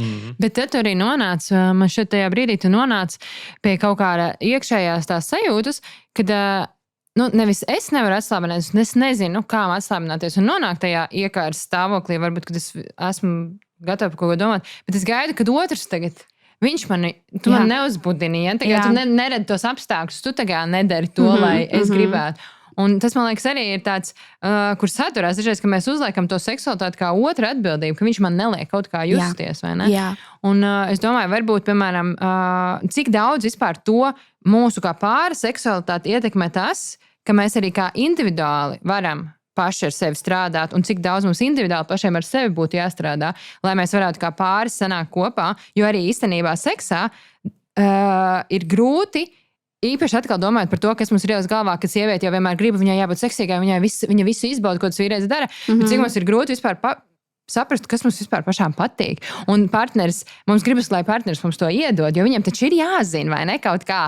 Tu taču tur skaties droši vien, kādas filmas, viņš taču arī droši vien, divi satiekās. Un, jo pornofilmās arī tā sieviete vienmēr grib. Viņa tā kā ienāk telpā un uzreiz grib. Tā ir nākamā tēma, par ko es gribu parunāt. Pagaid, šito papeidzam. Bet es gribu par pornofilmām arī parunāt, jo man ir viedoklis par pornofilmām. Bet jā, par to individuālo, lai sanāktu kopā. Jā, tātad tas, ko tu tikko noraksturēji perfektā, ir ļoti, ļoti klasiski izteikts problēma, tīpaši mums sievietēm. Tātad pirmām kārtām, vīrs jau grib to seksu, tātad tas ir viņa pienākums tagad tātad uzbudināt mani, jo es jau neko nejūtu. Un kāpēc es neko nejūtu? Tas atkal visas tās audzināšanas sekas, kaut kādas lietas, kas mums ir ieaudzinātas, ka sievietei arī ir jāapspiež savas emocijas, un sieviete neko nedrīkst gribēt, jo viņas uzdevums ir rūpēties par citiem. Mūsu uzdevums ir rūpēties par bērniem. Un tad, ja es rūpējos par bērniem, man tur vietas vispār nepietiek. Un tad atkal tas stulbais, slavenais piemērs par maskas uzlikšanu lidmašīnā. Ja? Tātad, ko mēs darām? Mēs bērnam liekam to masku, bet īstenībā ir jāliek mums pašām, un tas ir tas individuālais darbs. Ja es nesākšu rūpēties par sevi, un nevis tas, ka man tagad jāiemācās uzbudināties. Nē, tas ir pēdējais solis tajā procesā. Pirmais ir tātad sajust tās robežas, aiziet uz terapiju, aiziet uz sieviešu grupām, izlasīt grāmatu par līdzatkarību, kaut ko sākt darīt, kaut ko pierakstīt, dienas grāmata, pa dienu tās pats 15 minūšu NSDR pagulēšana vai vienkārši paskatīties griestos, sākt sajust savu ķermeni, ka hei, rekur es esmu, rekur ir mans ķermenis, rekur ir mans kājas, manas krūtis, mana seja, mans prāts, iemācīties pateikt nē kaut kādās situācijās. Tad es strādāju ar to, ka es vispār sajūtu, ka man eksistē ķermenis. Un tad es varu sākt domāt par to, ko es gribētu. Mēs varētu, piemēram, uz kaut kādu laiku izslēgt ārā seksu un ar partneri vienoties. Tagad būs posms, es gribu saprast sevi, tā kā man vajag bišķiņu pauzi, paņemam, piemēram, uz 2 mēnešiem pauzi. Es varu parūpēties par tevi, piemēram, es tev sniegšu tur handjobu vai kaut ko tādu, tā kā tas būs tīri par tevi, bet nemēģināsim uzbudināt mani nekādā veidā, neinteraks. Tā kā ļauj man vienkārši būt. Un tad es vēroju savu ķermeni, un es gaidu, kad man parādīsies kaut kādas sajūtas, kaut vai mazākās, varbūt uz ovulācijas dienām, varbūt man parādās kaut kur sajūta, ka man kaut ko gribās, bet es neeju ar seksu nodarboties tajā dienā. Es varbūt pašapmierinos, es sevi paglāstu, es pasēžu, pameditēju, tajā sajūtā paskatos, ko es gribu, un tad es varu sākt fantazēt. Es varu paņemt kaut kādu grāmatu. Starp citu, ir tāda grāmata Gribu, kas ir Džilienas Andersons grāmata, laikam, tulkota nesen latviski, un tur ir no pasaules sievietēm savāktas tā kā fantāzijas dažādas, kur tur ir, nezinu, seks trietā, seks ar ciplanētiešiem, tur viss kaut kas ir. Lūk, un tad tādā dienā, kad man uznāk šī nedaudz iekāra, vai arī jebkurā brīvā vakarā, kad es zinu, ka man šis būs laiks vienai pašai, es ņemu un lasu šo grāmatu, palasu kaut kādus 3-4 šīs fantāzijas, un tad es pa viņām domāju, kas man patīk, kas man no šī uzrunā, un tad es varu sākt savas fantāzijas tā kā grozīt galvā, un tad es varu domāt, kā būtu forši man pieskartos tā, kādam ir jābūt seksam, lai man viņš patiktu. Jo tas ir smags jautājums. Mēs par to nedomājam, jo kāpēc mēs visu laiku, kā es saku, skrienam pakaļ tai vīra iekārai, un tad mums tas seks ir tāds, kāds viņš ir. Tanī brīdī, ko mēs tur darām, tas ir, bet mēs nekad nedomājam, ko es varētu vairāk, ko es varētu tālāk. Un tam ir jāvelta laiks, tas neatnāks spontāni. Tāpēc es saku, kaut kāda terapija, darbs pie manis, piemēram, individuālais, es ar tieši to arī strādāju, ka dodu laiku. Bet tā nav viena sesija, tās ir vairākas sesijas, tas var būt arī darbs, piemēram, pusgada garumā, kur mēs ejam cauri tai seksualitātei, visām tām iemācītajām lietām, un tad mēs tur ejam iekšā un skatāmies, kas tur patīk, un tad mēs tur glāstus kaut kādus pieskārienus. Un tad arī pāris savā starpā, piemēram, mēs nenodarbojamies ar seksu mājās, bet tātad mēs viens otru glāstam konkrētā veidā. Tur ir dažādi vingrinājumi, kurus es ieteiktu pāris var savstarpēji darīt, tur acīs skatīties viens otram un tad tur pieskārties konkrētās vietās un vērot tās sajūtas. Un tad es atgūstu savu ķermeni, un tad pēc tam man arī sāks kaut kur parādīties, un tad mēs ar partneri jau varam daudz līdzvērtīgāk, un arī partnerim tas pats arī vīrietim ir jādara kaut kas līdzīgs, bet bišķiņ citādāk. Es varu ieteikt vienu par šo grāmatu, tev noteikti varētu patikt. Viņa saucās The Multi-Orgasmic Man, un tas ir tieši par seksuālo enerģiju, kā ar viņu strādāt. Es tev pēc tam atsūtīšu. Viņa ir angliski, protams, viņš to pasūtīs, jā, viņš uzreiz. Droši, jā. Tas diezgan ātri izdara. Viņa ir bišķiņa, tur ir par enerģiju un par tantru un par viņam ļoti taoismu, patīk tieši. bet tā grāmata māca to, ka tad vīrietim var būt multi-orgasmi, ka vīrietim var būt vairāk orgasmi, ka vīrietis var atlikt savu ejakulāciju un kā viņš var to savu enerģiju visu tā kā uzglabāt sevi un kā to var izmantot ikdien un tā, ka to reāli. Es arī baigies sajūtu to, ka tu vari to enerģiju laist atpakaļ, nevis laist ārā. Jā. Bet tas ir baigies darbs, un es arī vēl vienu grāmatu varu ieteikt tiem, kas klausās, ir Ošo grāmata Seks. Tu es vēl neesmu lasījis. Jā, man viņa ļoti patika, jo viņi iedod tev tā kā to Ošori par to runāja, kad ideja, ka ir atteikšanās no seksa, bet, lai tu atteiktos no seksa, tev ir jāaiziet augstākais pakāpiens seksā, un tad tu vari no viņa sākt atteikties, un tad viņu vajag reizi mēnesi, reizi 3 mēnešos, reizi gadā, bet viņš ir tāds, ka tur tev pēc tam tā enerģija tik daudz pierēja. Un es nevaru sagaidīt, ka mēs šo visu pētīsim. Kad mēs ķersimies klāt. Bet tas ir tā kā, man liekas, ka tas caur to apzinātību saprast, ka tas nav. Jā, jo zinu, kur ir problēma, ko es ļoti bieži saskaros ar vīriešiem. Tātad sabiedrībā ir tas uzskats tāds ieaudzinātais, ka ja vīrietis grib, tad viņš ir vīrietis. Un manā pieredzē esmu satikusi daudz vīriešu, kas man saka, es tur gribu seksu 2 reizes dienā, tā, ka man rokas trīc, es vienkārši nevaru, man vajag. Un es saku, jā, bet tu varētu tur pastrādāt un tā tālāk, tur kaut kādus, nē, tu ko? Tikai ne to tu vari roku man nociest, bet tikai neatņem manu iekāri, jo viņam tas nozīmē, ka tātad šī iekāra pasaka, tāpēc es esmu vīrietis, un ja man to atņems, tad es būšu mazāk vīrietis. Un tāpēc vīrieši tā kā lepojās ļoti bieži, ka viņi grib to seksu tur 2-3 reizes dienā. Tas nekas, ka viņš varbūt savu sievu ar to moka, jo sieva ir pilnībā izbasīsies, viņai enerģija nav izsūkta pilnībā, jā, bet tā kā viņam vajag un viss. Un tad šim te vīrietim būtu jāsaprot, ka viņš var tik daudz vairāk. Viņš vienkārši katru dienu to savu seksuālo enerģiju iznieko, totāli iznieko. Viņš varētu sasniegt tādus mind-blowing orgasmus, bet viņš nezina. Jo tas orgasms, ko viņš sasniedz katru dienu, varbūt tur pašapmierinoties vai nodarboties ar seksu, viņš ir tāds pļak. Bet viņš nezina, ka varbūt wow, jo viņš jau nekad nav mēģinājis tā kā to. Tas vienkārši tā no pieredzes var pateikt, ir tādi orgasmi, kad viņi tev tā kā tāda sēdi, ka tev pie elektrības pieslēdz. Ka tev vienkārši, un es vienkārši arī atceros sevi jaunībā, nekad mūžā mēs nenonācām, protams, tā pieredze bija savādāk, bet tas ir pilnīgi dažādi orgasmi. Un man liekas, ka tas ir tāds labs uz sevi paskatīties vīrietim, vai tev pēc seksa ir enerģija vai nav enerģija. Jā. Un ja tev nav enerģija, tu ej gulēt.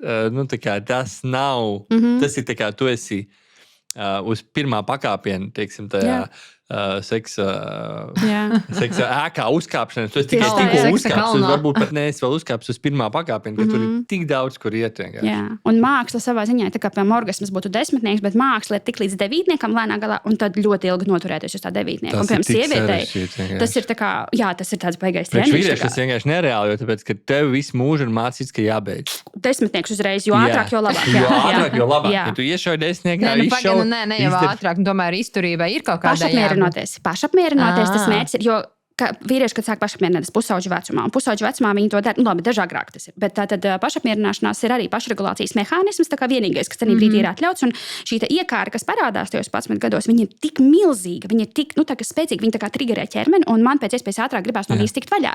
Un tāpēc ir tā pašapmierināšanās, tur nezinu, 3 reizes dienā, jo tad tā erekcija, tā ejakulācija notiek ātri, un tad miers iestājās. Un tad ļoti daudziem vīriešiem ir tā problēma ar to, ka viņi seksu grib nevis tāpēc, ka tas būs par intimitāti, bet bieži vien viņi grib seksu, tāpēc, ka ķermenī ir baigais stress, man tā seksuāla enerģija tik daudz sakrājas, es nezinu, kur viņu darīt, man vajag tikt no viņas vaļā. Un tad, protams, viņš grib to seksu, tad kur man ir erekcija, vai tagad to seksu, un tad pēc 5-7 minūtēm tas process ir beidzies, viņš aizmiega, viņam ir baigi labi. Bet tā sievietē tās 5-7 minūtes viņa vispār pat nav iesilus, viņai ne tuvu, viņai ir uz 2 tajā brīdī, viņai līdz 9. Tie 9 ir tik skaisti, es ik pa laikam nonāku, un tad, kad tu vari uz 9 palikt, un tev ir tāds viens garš, gandrīz orgasms, tev vienkārši smadzenes sit laukā, un tu vienkārši turpini vēl, un tev liekas, cik ilgi es vispār šitā, tā kā tev jau enerģija jau beidzās, un tu nevari vairs ļaut, bet ir nenormāli labi. Bet tā ir māksla tur nonākt, un tu nevari tādā kvikijā vakarā to izdarīt, tāpēc ir tie plānotie seksa vakari. Bet, protams, nevienmēr tas sanāk. Tantra. Iesaku visiem pamēģināt. Bet tu teici, ka stress un tas, ka tev ir tik ļoti liels tas stress un tu gribi no viņa atbrīvoties, tad jau tas orgasms ir veids, kā atbrīvoties no... Jā, orgasms tādā ziņā, piemēram, man kā sievietei, es ļoti labi māku nošķirt, kad es gribu orgasmu, un arī nevis seksu, es gribu orgasmu tāpēc, ka es esmu pārgurusi, piemēram, vakarā ielēnu gultā, un es zinu, parasti es aizmigtu 10 minūšu laikā. Ja es nevaru pēc 10 minūtēm aizmigt, un es jūtu, ka man ir tāda tā kā tingly feeling down there, tad es zinu, skaidrs, man ir vajadzīgs orgasms. Es paņēmu savu womanizer, 3 minūtes, orgasms, un es pēc tam tik saldi aizmiegu. Bet es esmu iemācījusies atšķirt, un es neiešu pie sava vīra tagad 9:35 pēc seksa tikai tāpēc, ka man ir vajadzīgs orgasms. Es ar to tikšu galā pati. Un tad ir ļoti svarīgi iemācīt savam partnerim vai vīrietim pašam ir jāiemācās, ka jā, man būs situācijas, kur es gribēšu seksa pēc un intimitātes un mīlestības pēc, un tad ir pārējie 95% laika, kad īstenībā es gribu orgasmu vai ejakulāciju tādēļ, ka man ir pārāk liels stress darbā, man ir pārāk liels stress manā ikdienā, un man vajag nomierināt nervu sistēmu. Un tad, jā, ja tu gribi, tu vari pašapmierināties, tu vari sasniegt šo ejakulāciju, bet pat to es līdz, mans ieteikums ir mācīties pašapmierināties, tikt līdz kaut kādam 9, tad atkal mācīties tikt lejā, un tad atkal sev uz augšu, un tā, piemēram, katru dienu eksperimentēt. Tas aizņem tik daudz laika, jo mēs ļoti dabīgi ieslīgstam tajā tēmā, ko es gribēju runāt, kas ir pornogrāfija. Jo tas, kas ir tev tur sākās, nezinu, cik es jau pat neatceros gados, un tas, kas iet līdz kaut kādam brīdim, kad tu sāc dzīvot, vismaz man personīgi, ja tu sāc saprast, ka sievieti var arī iegūt par fiziskā pasaulē realitātē, tu sāc saprast kaut kādas formulas, kā tikt pie tā bez filmiņām, ka mums tiešām tik ļoti ir iekalts iekšā, ka tev ir jātiek līdz augšai un tur viss beidzās. Bet reāli saprast to, ka tikt līdz augšai un nebeigt neko un turpināt to visu, tas ir baigais darbiņš. Arī tā kā tu saki, arī tas pats, kas sievietēm, saprast sevi tur. Tieši tas pats ir arī vīriešiem. Un vīrieši jau nav pieraduši tā kā vakarā ar vīnu pudeli sēdēt vannā, ne ar glāzi, un es ar pudeli vīrietis ir daudz vieglāk, ja iesēsties dīvānā, bet katru reizi, kad viņš iesēšās dīvānā, viņam sieva saka, atnes izdari vēl kaut ko. Jā, tādā ziņā arī, jā. Bet arī tas, kad vīrieši nav pieraduši pētīt savu seksualitāti, jo tur ir pierasta tad pornofilma, cik viņi parasti 5, 7, 15 minūtes, vai ne? Jo video viņi ir īsi uztaisīti tie, pornhubā, ja tur garo video, ja tu gribi, tev jāmaksā ir. Un tad vīrieši ir šīs maksāšanas dēļ jau ietrenētas to, ka tas video ir tur tās pāris minūtes, vai arī tur īpaša aina, kuru tev tur ļoti patīk, kur tur anālais seks kaut kam, bet viņš ir 3 minūtes garš. Tad man ir jāpaspēj tajās 3 minūtēs, jo, ko tad es vēlreiz skatīšos? Nē, man ir jāietrāpa. Bet pornogrāfija, viņa vajadzīga, nav vajadzīga? Jā, es esmu par to, ka viņa ir vajadzīga vienkārši tad, kad vīrietim viņa kļūst par problēmu tajā brīdī, kad tu nevari bez viņas dzīvot. Viņa kļūst par problēmu tad, kad tu pie Ziemassvētku vakariņu galda sēdi un tev paralēli skaties pornogrāfiju. Tas jau ir atkarība, bet ja tev nav atkarība no viņas, tad, protams, tu pornogrāfiju var izmantot. Es patīk pa laikam skatos pornogrāfiju. Man patīk tur, nezinu, paskrolēt mani konkrētas tēmas, kuras es zinu, kas man patīk, un tad es viņas skatos, un tāds, forši, ja es zinu, ka es gribu uzbedināties ātri, vai man tur tas pats randiņš ar vīru ir, es gribu sagatavoties, tad es varu pastīties pornogrāfiju, un es zinu, es uzbedinos, man tad patīk, un tad es esmu jau gatava. Tas ir tas, kā es kā sieviete šo varu izmantot. Nākamais, kā es varu izmantot pornogrāfiju, ir iet cauri dažādām kategorijām un skatīties, ko cilvēki vispār dara, kā tas izskatās. Un, piemēram, pāris tieši tā var darīt abi kopā. Ko es iesaku? Tu noteikti skaties pornogrāfiju, un tev iespējams ir kaut kāda sava veida. Es neskatos pornogrāfiju. Es 20 gadus neesmu skaties pornogrāfiju, jo man ir kaut kāda, kopš es esmu kopā ar Līnu. Ar tavu skaisto sievu? Man super skaisto sievu. Man nevajag neko, bet stāsts ir, man ir tāda sajūta, ka ja es savos sapņos, jebkamā, ko es esmu, jebkād domāju, tas vienmēr bijis sieva. Ideāli. Nav nekad neviens ir bijis. Un man liekas, ja es skatos pornogrāfiju, tā ir krāpšana. Tā ir tikai krāpšana. Un man nav tā, ka man gribās, un es sev liedzu, un man nav tā situācija, jo man kaut kad jaunībā ir paveicies, es kaut kādu gadu vai 2 nodzīvoju, kad ir tas viss seksuālais radnis, es nodzīvoju bez nekā, es aizgāju tādā, kā to sauc, celibātā kaut kādā, ja? Un es no tā toreiz, pateicoties tam, es tiku ārā vispār no jebkādām vajadzībām pēc jebkā, un man kaut kā manā iekšējā sajūtā ir, ka tā ir krāpšana, ja tu skaties pornogrāfiju. Ļoti atšķirīgi. Tā ir daudz cilvēku, kuriem ir šī sajūta, un ir daudz sievietes, kurām ir šī sajūta. Ja mans partneris skatās pornogrāfiju, tā ir krāpšana. Un tas ir tad katram pašam iekšējie savi šie standarti un vērtības. Un pornogrāfijai ir savi mīnusi. Tieši tas, ka tu skaties un tur veidojas tās ekspektācijas un kaut kādas lietas, un tas ļoti sabojā vīriešiem attiecības ar sievietēm kā tādām, it īpaši jaunākiem vīriešiem, ka viņiem ir tā ekspektācija, ka tam ir jābūt tā, un tad tas nenotiek. Un es, piemēram, arī Tinderī ļoti izteikti redzu tādu 25 līdz 35 gadu vīriešu, kur meklē vienas nakts sakars, un tiklīdz tam vīrietim pasaka, mani neinteresē vienas nakts sakars, vai arī, man vispirms ir vajadzīgs randiņš, un tikai tad es izdomāšu, vai es gribu seksu. Viņam tas ir tā kā, ko? Kā tas ir iespējams? Unmatch uzreiz, jo viņam vajag, lai es aizēju uz randiņu, un tajā pirmajā randiņā jau uzreiz lecu ar viņu gultā, viņš jau norezervēs viesnīcu, un viņš uzskata, ka sievietes tā funkcionē, jo viņš ir saskatījies pornogrāfiju. Un šis ir tas gadījums, kur šim cilvēkam vajadzētu pilnīgi noteikti pārstāt skatīties pornogrāfiju un sākt fantazēt, izmantot savu fantāziju, iedzināties sevī. Bet, ja, piemēram, cilvēkam nav tāda problēma, tad to pornogrāfiju var izmantot sevis izzināšanai, kur pāris viens otram var, piemēram, es atrodu 3 video, kas man patīk, tu atrodi 3 video, kas tev patīk, un tad mēs tā kā apmainamies un tad pārunājam, ko es tur redzēju, kas man patika, vai tas man patika, vai tur tie apavi, vai tas, vai šitas, vai tas, ko viņa pateica. Man vienkārši šis klausās, man nāk pašā rēka pa sevi. Es jūtos vienkārši tik stulbi. Es pateikšu godīgi, es arī neskatos pornogrāfiju. Bet kāpēc es neskatos? Tāpēc, ka man liekas, ka pornogrāfija vispār ir nelegāla. Un, ja es ierakstīšu kaut ko internetā, tad pie manis atbrauks kaut kāda vienība. Un viņi uzraksta to, kad es skatos. Tā kā vienkārši man liekas tik stulbīgi. Vai ka bērni apskatīsies vēsturē un redzēs, jā? Es baidos vienmēr no tā, ka es skatos bez skaņas pornogrāfiju, jo man ir no bērnības kaut kas, ja tu pakluso skaties, un ja tas būs skaņa, tad kāds dzirdēs, tā kā nē. Es tā kā, varbūt, ja es ieliku austiņās, bet es esmu pārāk slinka, lai ieliku austiņas, tāpēc es tā kā klusiņām nogriežu, lai neviens nedzird, un tad es skatos, jā. Bet katram mums ir savs. Paldies par tiem ieteikumiem, varbūt mums jāparunā, un jāpadomā, varbūt mums abiem jāsāk atkal paskatīties. Bet vispār mums īstenībā jau, man liekas, jārapojās, bet mēs pieskarāmies vispār par bērniem. Vēl es teicu, ka mēs jāslēpjas no bērniem, vai nedodies, viņi atklās un redzēs kaut ko, ka mamma tur kaut ko skatās, un kā es viņiem to paskaidrošu. Bet skaidrs jau, ka mēs nevaram par tām lietām, mums ir nērti par viņām domāt, tāpēc, ka mums nebija ar vecākiem iespējas par to runāt. Man mamma vispār par mēnešu reizēm, kad man sākās mēnešu reizes, man bija ļoti nērti viņai pateikt. Viņa pat arī nezināja īsti, ko atbildēt. Forši, jā. Man brīnišķīgi mamma super, bet nekādas sarunas nekad nekas tāds nebija. Tas neeksistēja un nebija. Un tagad arī ir vienkārši, mums jau tie bērni arī 9 un 7 gadi. Es jau redzu, Rudolfam jau sāk parādīties tāds, tur kaut kādas mītienes un kaut kas seksoties un tam līdzīgi. Viņiem jau sāk parādīties. Un tad tev, tā pirmā reakcija ir tā kā, jānogriež. Šito mēs nerunājam. Tu nevari tur sev neko darīt.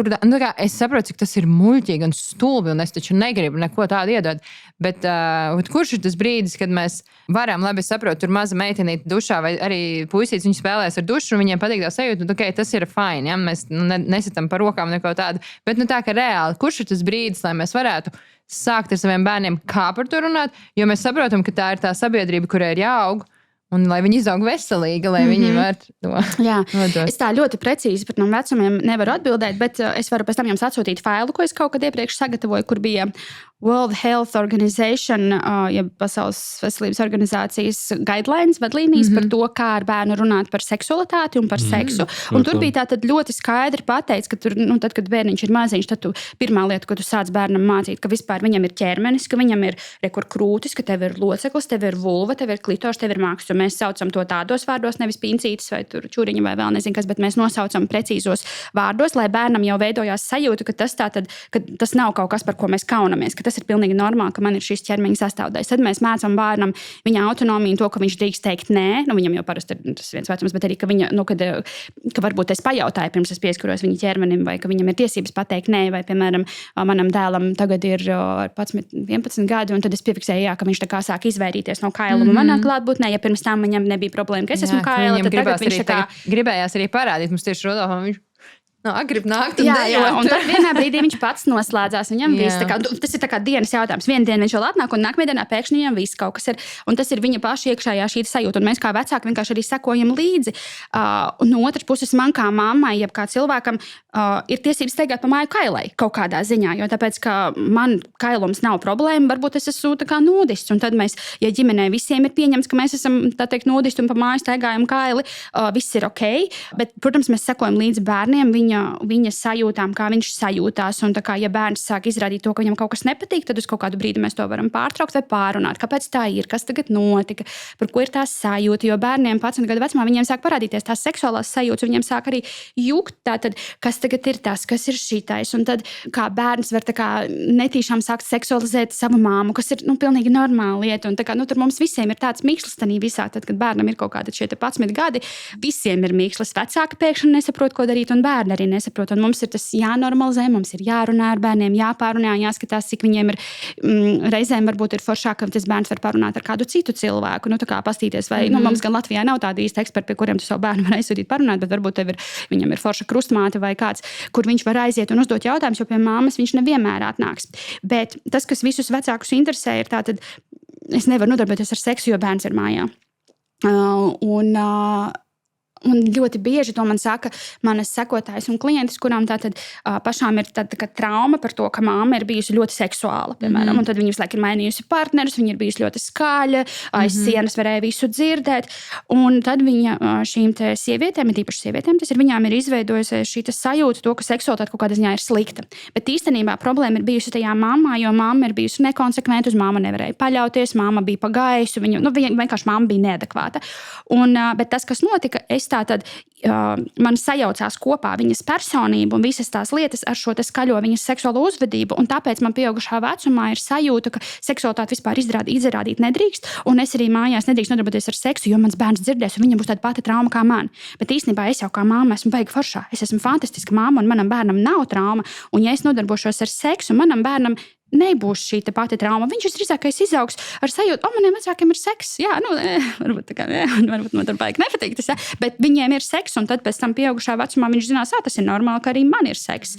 Es atceros, man bija viens boyfriends kaut kad sen atpakaļ, un viņam istaba bija blakus vecāka istabai, un es zinu, ka mēs guļam gultā, nodarbojamies ar seksu, un es dzirdu, kā viņa vecāki sāk nodarboties ar seksu. Bet viņam tas bija tāds gandrīz chill, jo viņš bija pieredzis, viņam tā istaba tur visu mūžu ir bijusi tajā. Un tad tu redzi to, ka viņam tā attieksme pilnīgi normāli. Viņam neviens nebija izveidojis to, ka tas ir kaut kādā veidā slikti vai ka tas ir kaut kas fuj un pē. Un arī man, es savus vecākus vienmēr esmu kaut kādā formātā dzirdējusi. Un man tas veidoja attieksmi, ka, forši, ja viņiem ir seks, tad viņiem ir labas attiecības. Un varbūt un vēl, protams, ir tāda situācija, ka ļoti daudziem, tad, kad mēs esam šie bērni vai kaut kāda pusauģa vecumā, tad nezinu, ja tu dzirdi vecākus nodarbojamies ar seksu, tev tas skaņas var sākt arī uzbudināt, un tad tev paliek pretīgi. Tas pretīgums tieši nāk no tā, ka es tā kā seksualizēju bišķiņu, un tad pieaugušā vecumā man ir jātiek pāri tam, ka es tā kā, nezinu, kaut kā seksualizēju savus vecākus, vai ka man tā kā kaut kādas sajūtas bija, un tur nāk tas pretīgums reizēm. Bet kopumā mēs kā vecāki varam nodarboties ar seksu. Mēs, protams, foršāk, ja mēs to darām bišķiņu klusāk, vai parūpējamies to, ka ir divas durvis starpā, ja, ka, piemēram, bērnus mēs noliekam, tā ka viņi pavisam maziņi. Mēs varam iemācīties tos kaut kādus noteikumus, ka šovakar bērni iet gulēt 8, viņiem jābūt ir gultā obligāti 8, un tad pirmos 3 mēnešus, protams, tie bērni nāks ārā no istabas, viņiem vajag čurāt, kakāt un paēst un padzert un visu iespējamo, un tad ir slikta duša un vēl kaut kas, bet pēc 3 mēnešiem aptuveni viņiem būs pieraduši, ka viņiem jābūt istabā, un tad mēs varam to laiku paņemt sev, iet uz guļamistabu, pļāpāt, abi divi skatīties Netflixu, katrs atrasties savā istabā vai arī nodarboties ar seksu, bet tad mēs zinām, ka bērni ir drošībā, viņi ir savā vietā, viņus netraucēs tas troksnis, mēs varam uzlikt mūziku un tā kā varēt mēs varam, drīkstam, viss ir ok. Vai arī tad tiešām noīrēt Airbnb, sarunāt ar draugiem, nezinu, tā kā, vai arī vēl fantastisks risinājums, iesaku. Man ir bijušais vīrs, mēs esam šķīrušies jau 7 gadus, un tad ir tā, ka bērni nedēļ dzīvo pie viņu un nedēļ pie manis. Ideāls risinājums, iesaku, ja. Šķirieties atvedat jaunu. Jā, un iztēloties, mans bijušais vīrs, viņš ir vislabākā aukla uz pasaules. Es viņam varu uzticēties 100%. Perfekti. Un, par velti, jā. Un tad ir tā, ka tā nedēļa, kad bērni ir pie manis, es esmu mamma 100%, un tādā brīdī man tas seks tā kā vispār neinteresē, bet tad pēc tam nākamajā nedēļā, kad bērni ir tur, tad maniem bērniem arī viņi ir pabrīdināti, ka, piemēram, tad, kad bērni ir prom, mums ir viena diena, kas ir pliko diena, un šī dienā pie mums nedrīkst nākt. Ja viņi ir aizmirsuši kaut ko skolā, vēl kaut ko, mēs jau iepriekšējā vakarā viņus pabrīdinām, sākam, mums rīt ir pliko diena, nenāciet, ja negribat traumu. Man liekas, tas plikums, es biju Zilonas studijā, un mēs runājām arī par šo pašu tēmu, kā runāt ar bērniem par seksualitāti, un es sapratu, ka jau būt plikiem savu bērnu klātbūtnē, tas jau ir kaut kāds jau high level, tāpēc, ka lielākā daļa cilvēki, neatļaujās tādas lietas darīt, tā kā tas tāds, man liekas. Jā.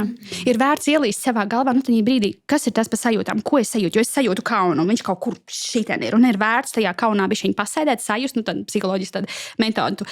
Sajūti to kaunu, ļauj viņam plūst, aizver acis un reizēm, kas notiek tajā brīdī, kad tu jūti to sajūtu, tev atnāk kaut kāda atmiņa vai kaut kāda aina, no kurienes, kāpēc, un tad tu atceries, tur bērnībā bija kaut kāda, vai tevi tur skolotāja klases priekšā kaunināja, vai tur publiskajā basēnā, tā kā vienalga, kas var būt, bet kaut kāda atmiņa atnāk, un tad es viņu varu izreaģēt, es viņu varu izraudāt, protams, tas aizņem laiku, tas nav tāds vienkārši, bet to var izdarīt, var tikt vaļā no tām sajūtām. Jā, tas, ko es saklausu visā tajā, ko tu saki, tiešām, kad ir tik daudz iespējas vienmēr cilvēkiem, tā kā liekas, man nav laika tur, es nevaru ar bērniem tur mīlēties un nav laika tam, bet reāli tas jau tāpat, tu vienkārši atstum to, beidz no tās problēmas. Ja? Nu, jo laiks ir iespējas atrast vienalga, kad teica mamma citu vai draudzeni vai sarunāt to, kurš pieskatīs tos bērnus, nu reāli ir iespēja. Man liekas, ir ļoti skaisti, tu pateici, ka tas nenotiks pats.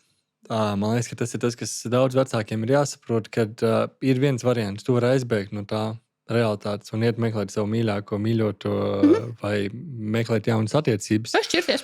Viņš var šķirties, lai tev būtu tā nedēļa brīva, ideālā gadījumā. Bet mēs tāpatās arī tajās jaunajās attiecībās nonāksim turpat. Bet tas būs ilgāks laiks, tu iegūsi varbūt 4 gadus. Nē, parasti tas ir pusotrs gads. Tas ir kāds pusotrs gads, jo rozā brīlis jau ir, tas ir 6 mēneši līdz pusotrs gads. Un cik es esmu tikusies ar vīriešiem, kuri, piemēram, ir vecāki, ne tas, ka tikusies, bet satikusi dzīvē viņas, tad viņi saka, jā, man tā arī ir bijis. Tad izšķīros ar sievu, tad man bija nākošā partnere, tur arī gads pusotrs, tad es no viņas izšķīros, jo tur, protams, arī izsīka, un tad, es taču neiešu otrais pieļaut to pašu kļūdu, tas aizēju uz nākamajām attiecībām, un tur atkal pusotrs gads, un tā veidojās šeit vīrieši, kas 40-50 gadu vecumā ir vieni paši, un viņi tā lēkā no attiecībām uz attiecībām, jo vienkārši tas ir tas vienīgais posms, kurus viņi vēl paspējuši sīkos, tas ir pie katras no tām. Jā, tā kā tas, protams, ir vairāki bērni, un tā ir klasika, jo mums nav iemācīts, kā tā tad iet dziļumā attiecībās un saglabāt šo te baudu, jo mēs balstamies, raidojam tikai uz šīm te rozā brīļu periodiem, un tad tā ekspektācija, ka tā tam ir jābūt. Bet īstenībā mēs varam iet dziļāk, un mēs varam izdarīt kvalitatīvāk, un tad mēs varam patiešām iedzināties viens otrā un atrast to seksu uz 9, 9, 9, 9, 9, 9, 9. Jo šajās te rozā brīļu periodā tur nonākt ir diezgan grūti, un parasti jau tajā periodā mēs tā kā tik atklāti nerunājam un nestāstam, kas man patīk. Mēs cenšamies kaut kādā ziņā piespēlēt un izlikties, ka mēs esam tur labāki, vai mēs noslēpjam kaut kādas lietas. Vienīgie, kas neslēpj, ir vīrieši, kam patīk apavi un pēdas. Un tad klasika ir tāda, viņi ir bijuši pirmajās attiecībās, kur viņi ilgstoši nav varējuši vai partnerē to atzīt, jo viņam bija kauns. Un tad, patīk apavi. Kad ir erekcija, principā ir tikai no tā vien, ka viņš pastāsta uz konkrētām augstspiežu kurpēm vai uz basām pēdām, tad pēdu fetišs. Okay. Un tad viņi pirmajās attiecībās šo ir kaut kādā ziņā slēpuši, un tad ir nonākuši līdz tam, ka tās attiecības ir beigušās kaut kādu apsvērumu dēļ, un tad nākamajās attiecībās viņi uzreiz, tas ir pirmais, ko viņi saka. Man patīk kailas pēdas, un viņi sev piemeklē partneri tikai pēc šī principa, vai tev tas ir ok, vai tas nav ok. Kas arī, protams, ir forši, bet būtu bijis foršāk, ja pirmajās attiecībās būtu varējuši. Es dzirdēju, ka OnlyFanos cilvēki pelnot naudu tikai ar pēdu bildēm. Ne tikai. Ir arī vēl visādas lapas, kur, piemēram, sievietes panās apakšveļu vienu dienu, un tad viņas tev nosūta to apakšveļu, un tad tu dabūni šo te apakšveļu vai zeķis.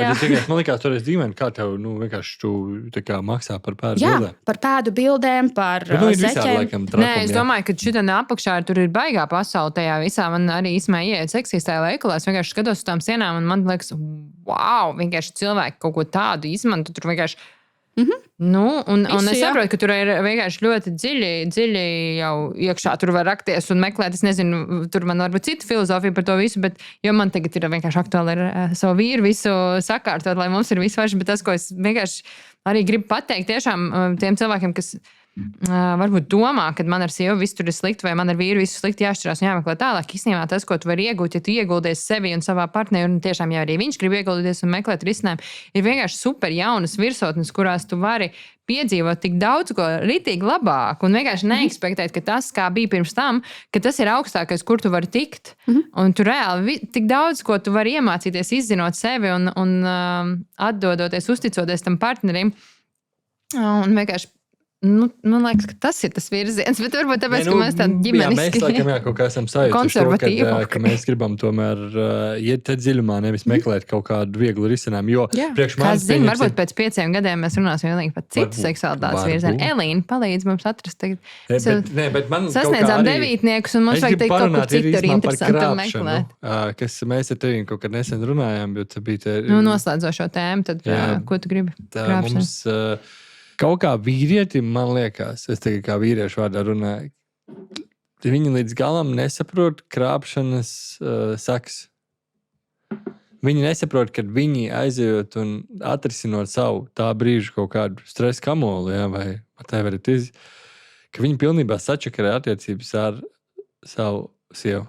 Tad, ja viņi pasaka.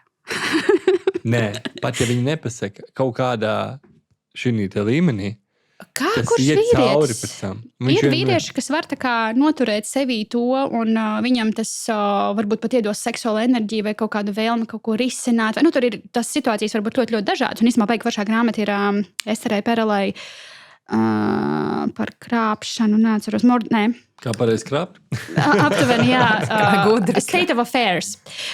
Un tā grāmata fantastiski paskaidro krāpšanu, kāpēc, kā viņi tur par pāriem dažādiem standarta tādas situācijas noraksturo. Un viņi tur saka, ka tas nav viss tik viennozīmīgi, jo ir tik daudz situācijas. Un, piemēram, es arī pati zinu, man darbā ir gan pāri, gan man sekotāju starpā ir pāris sievietes, kas saka, ka krāpšana mani atmodināja. Viņa mani sapurināja, un kopš tā laika mūsu kopdzīve ir fantastiska. Katrā lietā var ieraudzīt labu. Ir sievietes, kas saka, man viss tā kā... Ir sievietes, kurām tas ir bijis kā tāds, gan pārim kopumā, ka tas ir bijis tā, ka visi mēs pamodāmies, mēs sapratām, īstenībā mēs varam daudz labāk. Un tad tieši šī pieredze, kas ir iegūta ārpusē, viņa atnākot atpakaļ, tiek ieraudzīts, ka īstenībā mēs varam citādāk. Bet tas ir reti, tas nav vienmēr. Vairumā gadījumā, protams, būs tas, ka tātad mums ir jāšķirās, viss ir slikti, kas arī ir pilnīgi normāli. Bet, ko es gribēju pateikt, krāpšana nav kaut kas viennozīmīgs, jo tāpēc, ka tajā brīdī, kad tev parādās tā iekāra, sasodītā iekāra, ka tev pēkšņi pret kādu darba kolēģi vai pret kādu tur draudzene, sievas draudzene vēl kaut kur, ka viņa parādās, viņa ir nekontrolējama. Viņa ir ārpus jebkādas kontrolas. Tu teici, ka tu saproti, kāpēc cilvēki.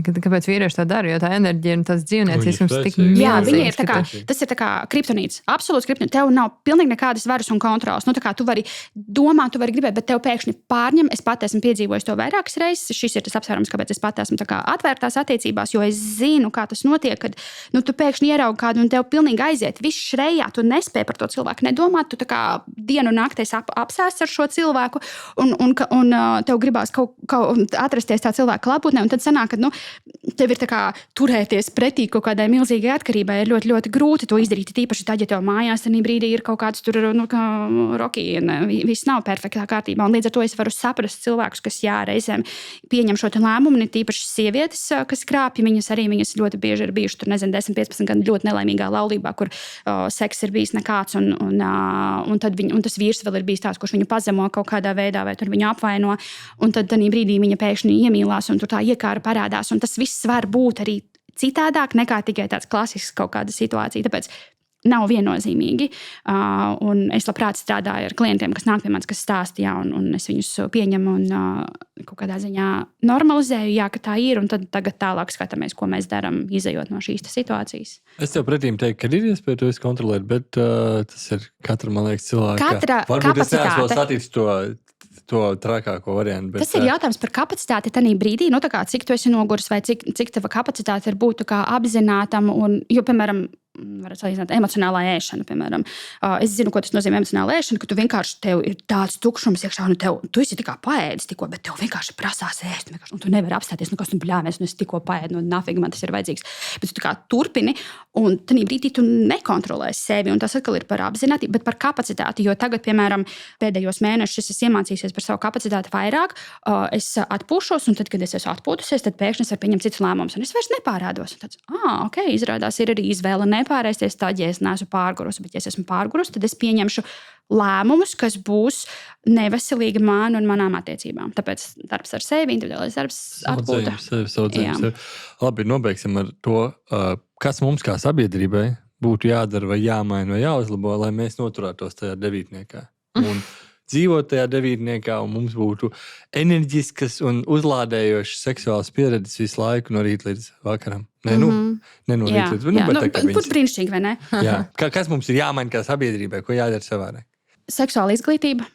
Tas ir vienkārši punkts numur 1, un es saprotu, ka skolās mums to nemācīs, bet vispār skolās būtu jāmāc tātad anatomija, bet reāla anatomija ir jāmāc to, kā strādā iekāra, kā strādā seksualitāte, un nevis balstoties uz pornogrāfiju vai uz kaut kādām erotiskām fantāzijām, bet realitāti mācīt, sagatavot pārus tam, kas vispār būs tālāk attiecībās. Tā kā bez mazvai pirms precībām ir jābūt tāpat, kā ir šīs luterāņi vai katoļi, ka tu gribi kļūt par...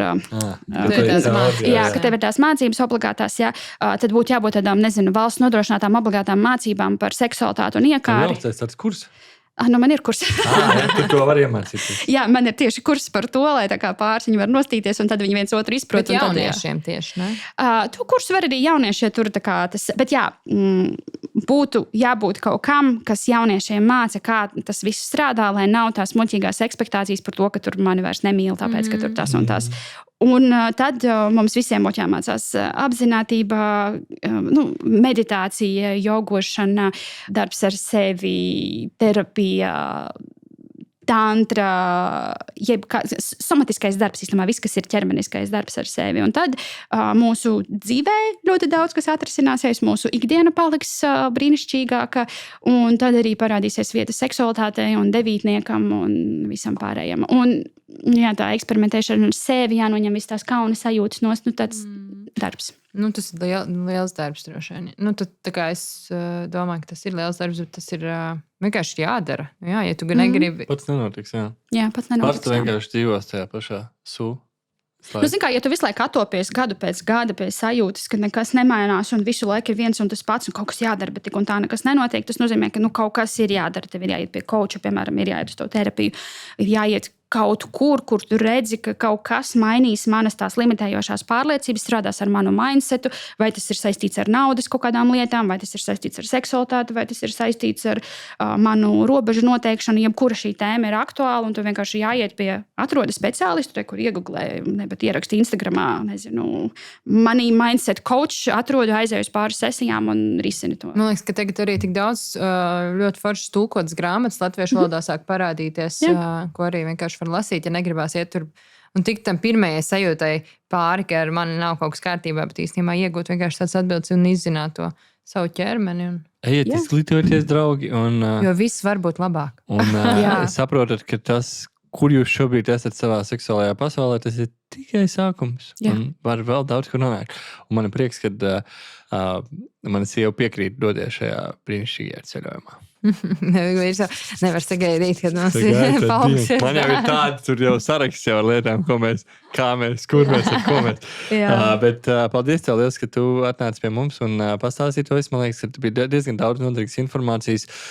Es ceru, ka daudz cilvēku nāks pie tevi mācīsies, jo es piekrītu, ka tā izglītības sadaļa man, tad, kad es sāku to pētīt, nevis tikai sāku vainot cilvēku sev apkārt, bet es sāku pētīt to jautājumu, tas man tik daudz tāda smaguma noņēma, tik daudz atbildes iedeva, un man liekas, ka visiem no tā paliek vieglāk. Tev arī ir kurs, kur tu vienkārši vari pieslēgties un skatīties, vai ne? Tas nav tā, kā tu vari darīt to 50 lekcijas savā tempā mājās. Wow. Foršāk ir, protams, ar pāri kopā, un tad var tā kā Andis, ar ko es taisīju kopā, viņš teica, varētu pāris tā kā skatīties kā Netflixā uz ekrāna, piemēram, kopā tās lekcijas, un tad pildīt vingrinājumus, atbildēt uz jautājumiem. Tur jau tie jautājumi ir tādi, ka tā kā tu viņiem ej cauri, un tev jau pašam tajā brīdī sāk grozīties tā kā uzskatu, saproti, īstenībā var arī citādāk domāt. Un tad pēc maz katru dienu nostīties 3 lekcijas kopā pārunāt, un tad paiet mēnesis, un tad jūti, kā tās izmaiņas kaut kādas tavā dzīvē mainās, kad tās sarunas sāk parādīties par seksualitāti, par to, ka mēs varam citādāk. Tā kā kurs ļoti noderīgs. Forši. Tā kā, ja jūs zināt vēl kādus noderīgus cilvēkus, kas var palīdzēt ne tikai seksualitātes jautājumos, bet citos rakstiet komentāros. Rakstiet arī labus komentārus par to, kas bija šodien, vai šāda tipa saturs ir noderīgs. Man liekas, ka mēs esam nedaudz ne tikai ar ģimenēm runājam, bet arī ar ekspertiem, bet man liekas, ka tas skaistums, par ko jau mēs runājam iepriekšējā epizodē, kad ģimene ir darbs ar sevi, un tā izaugsme, tā ģimene aug nenozīmē tikai, ka jums vajag taisīt vairāk bērns, bet arī to savu dzīves kvalitāti un to savu domu dzīvē pacelt kaut kādā nākamajā līmenī, nenoskrieties, neizdot ārā visu, lai pēc tam vienkārši aiziet gulēt, bet varbūt iemācīties to kaut kur citur ielaist. Un tā kā paldies visiem, kas klausījās. Paldies, Elīna, bija baigi paldies, forši. Elīna, un paldies, jā. Tiekamies nākamajā epizodē. Wow, reizē. Wow, yeah, baby.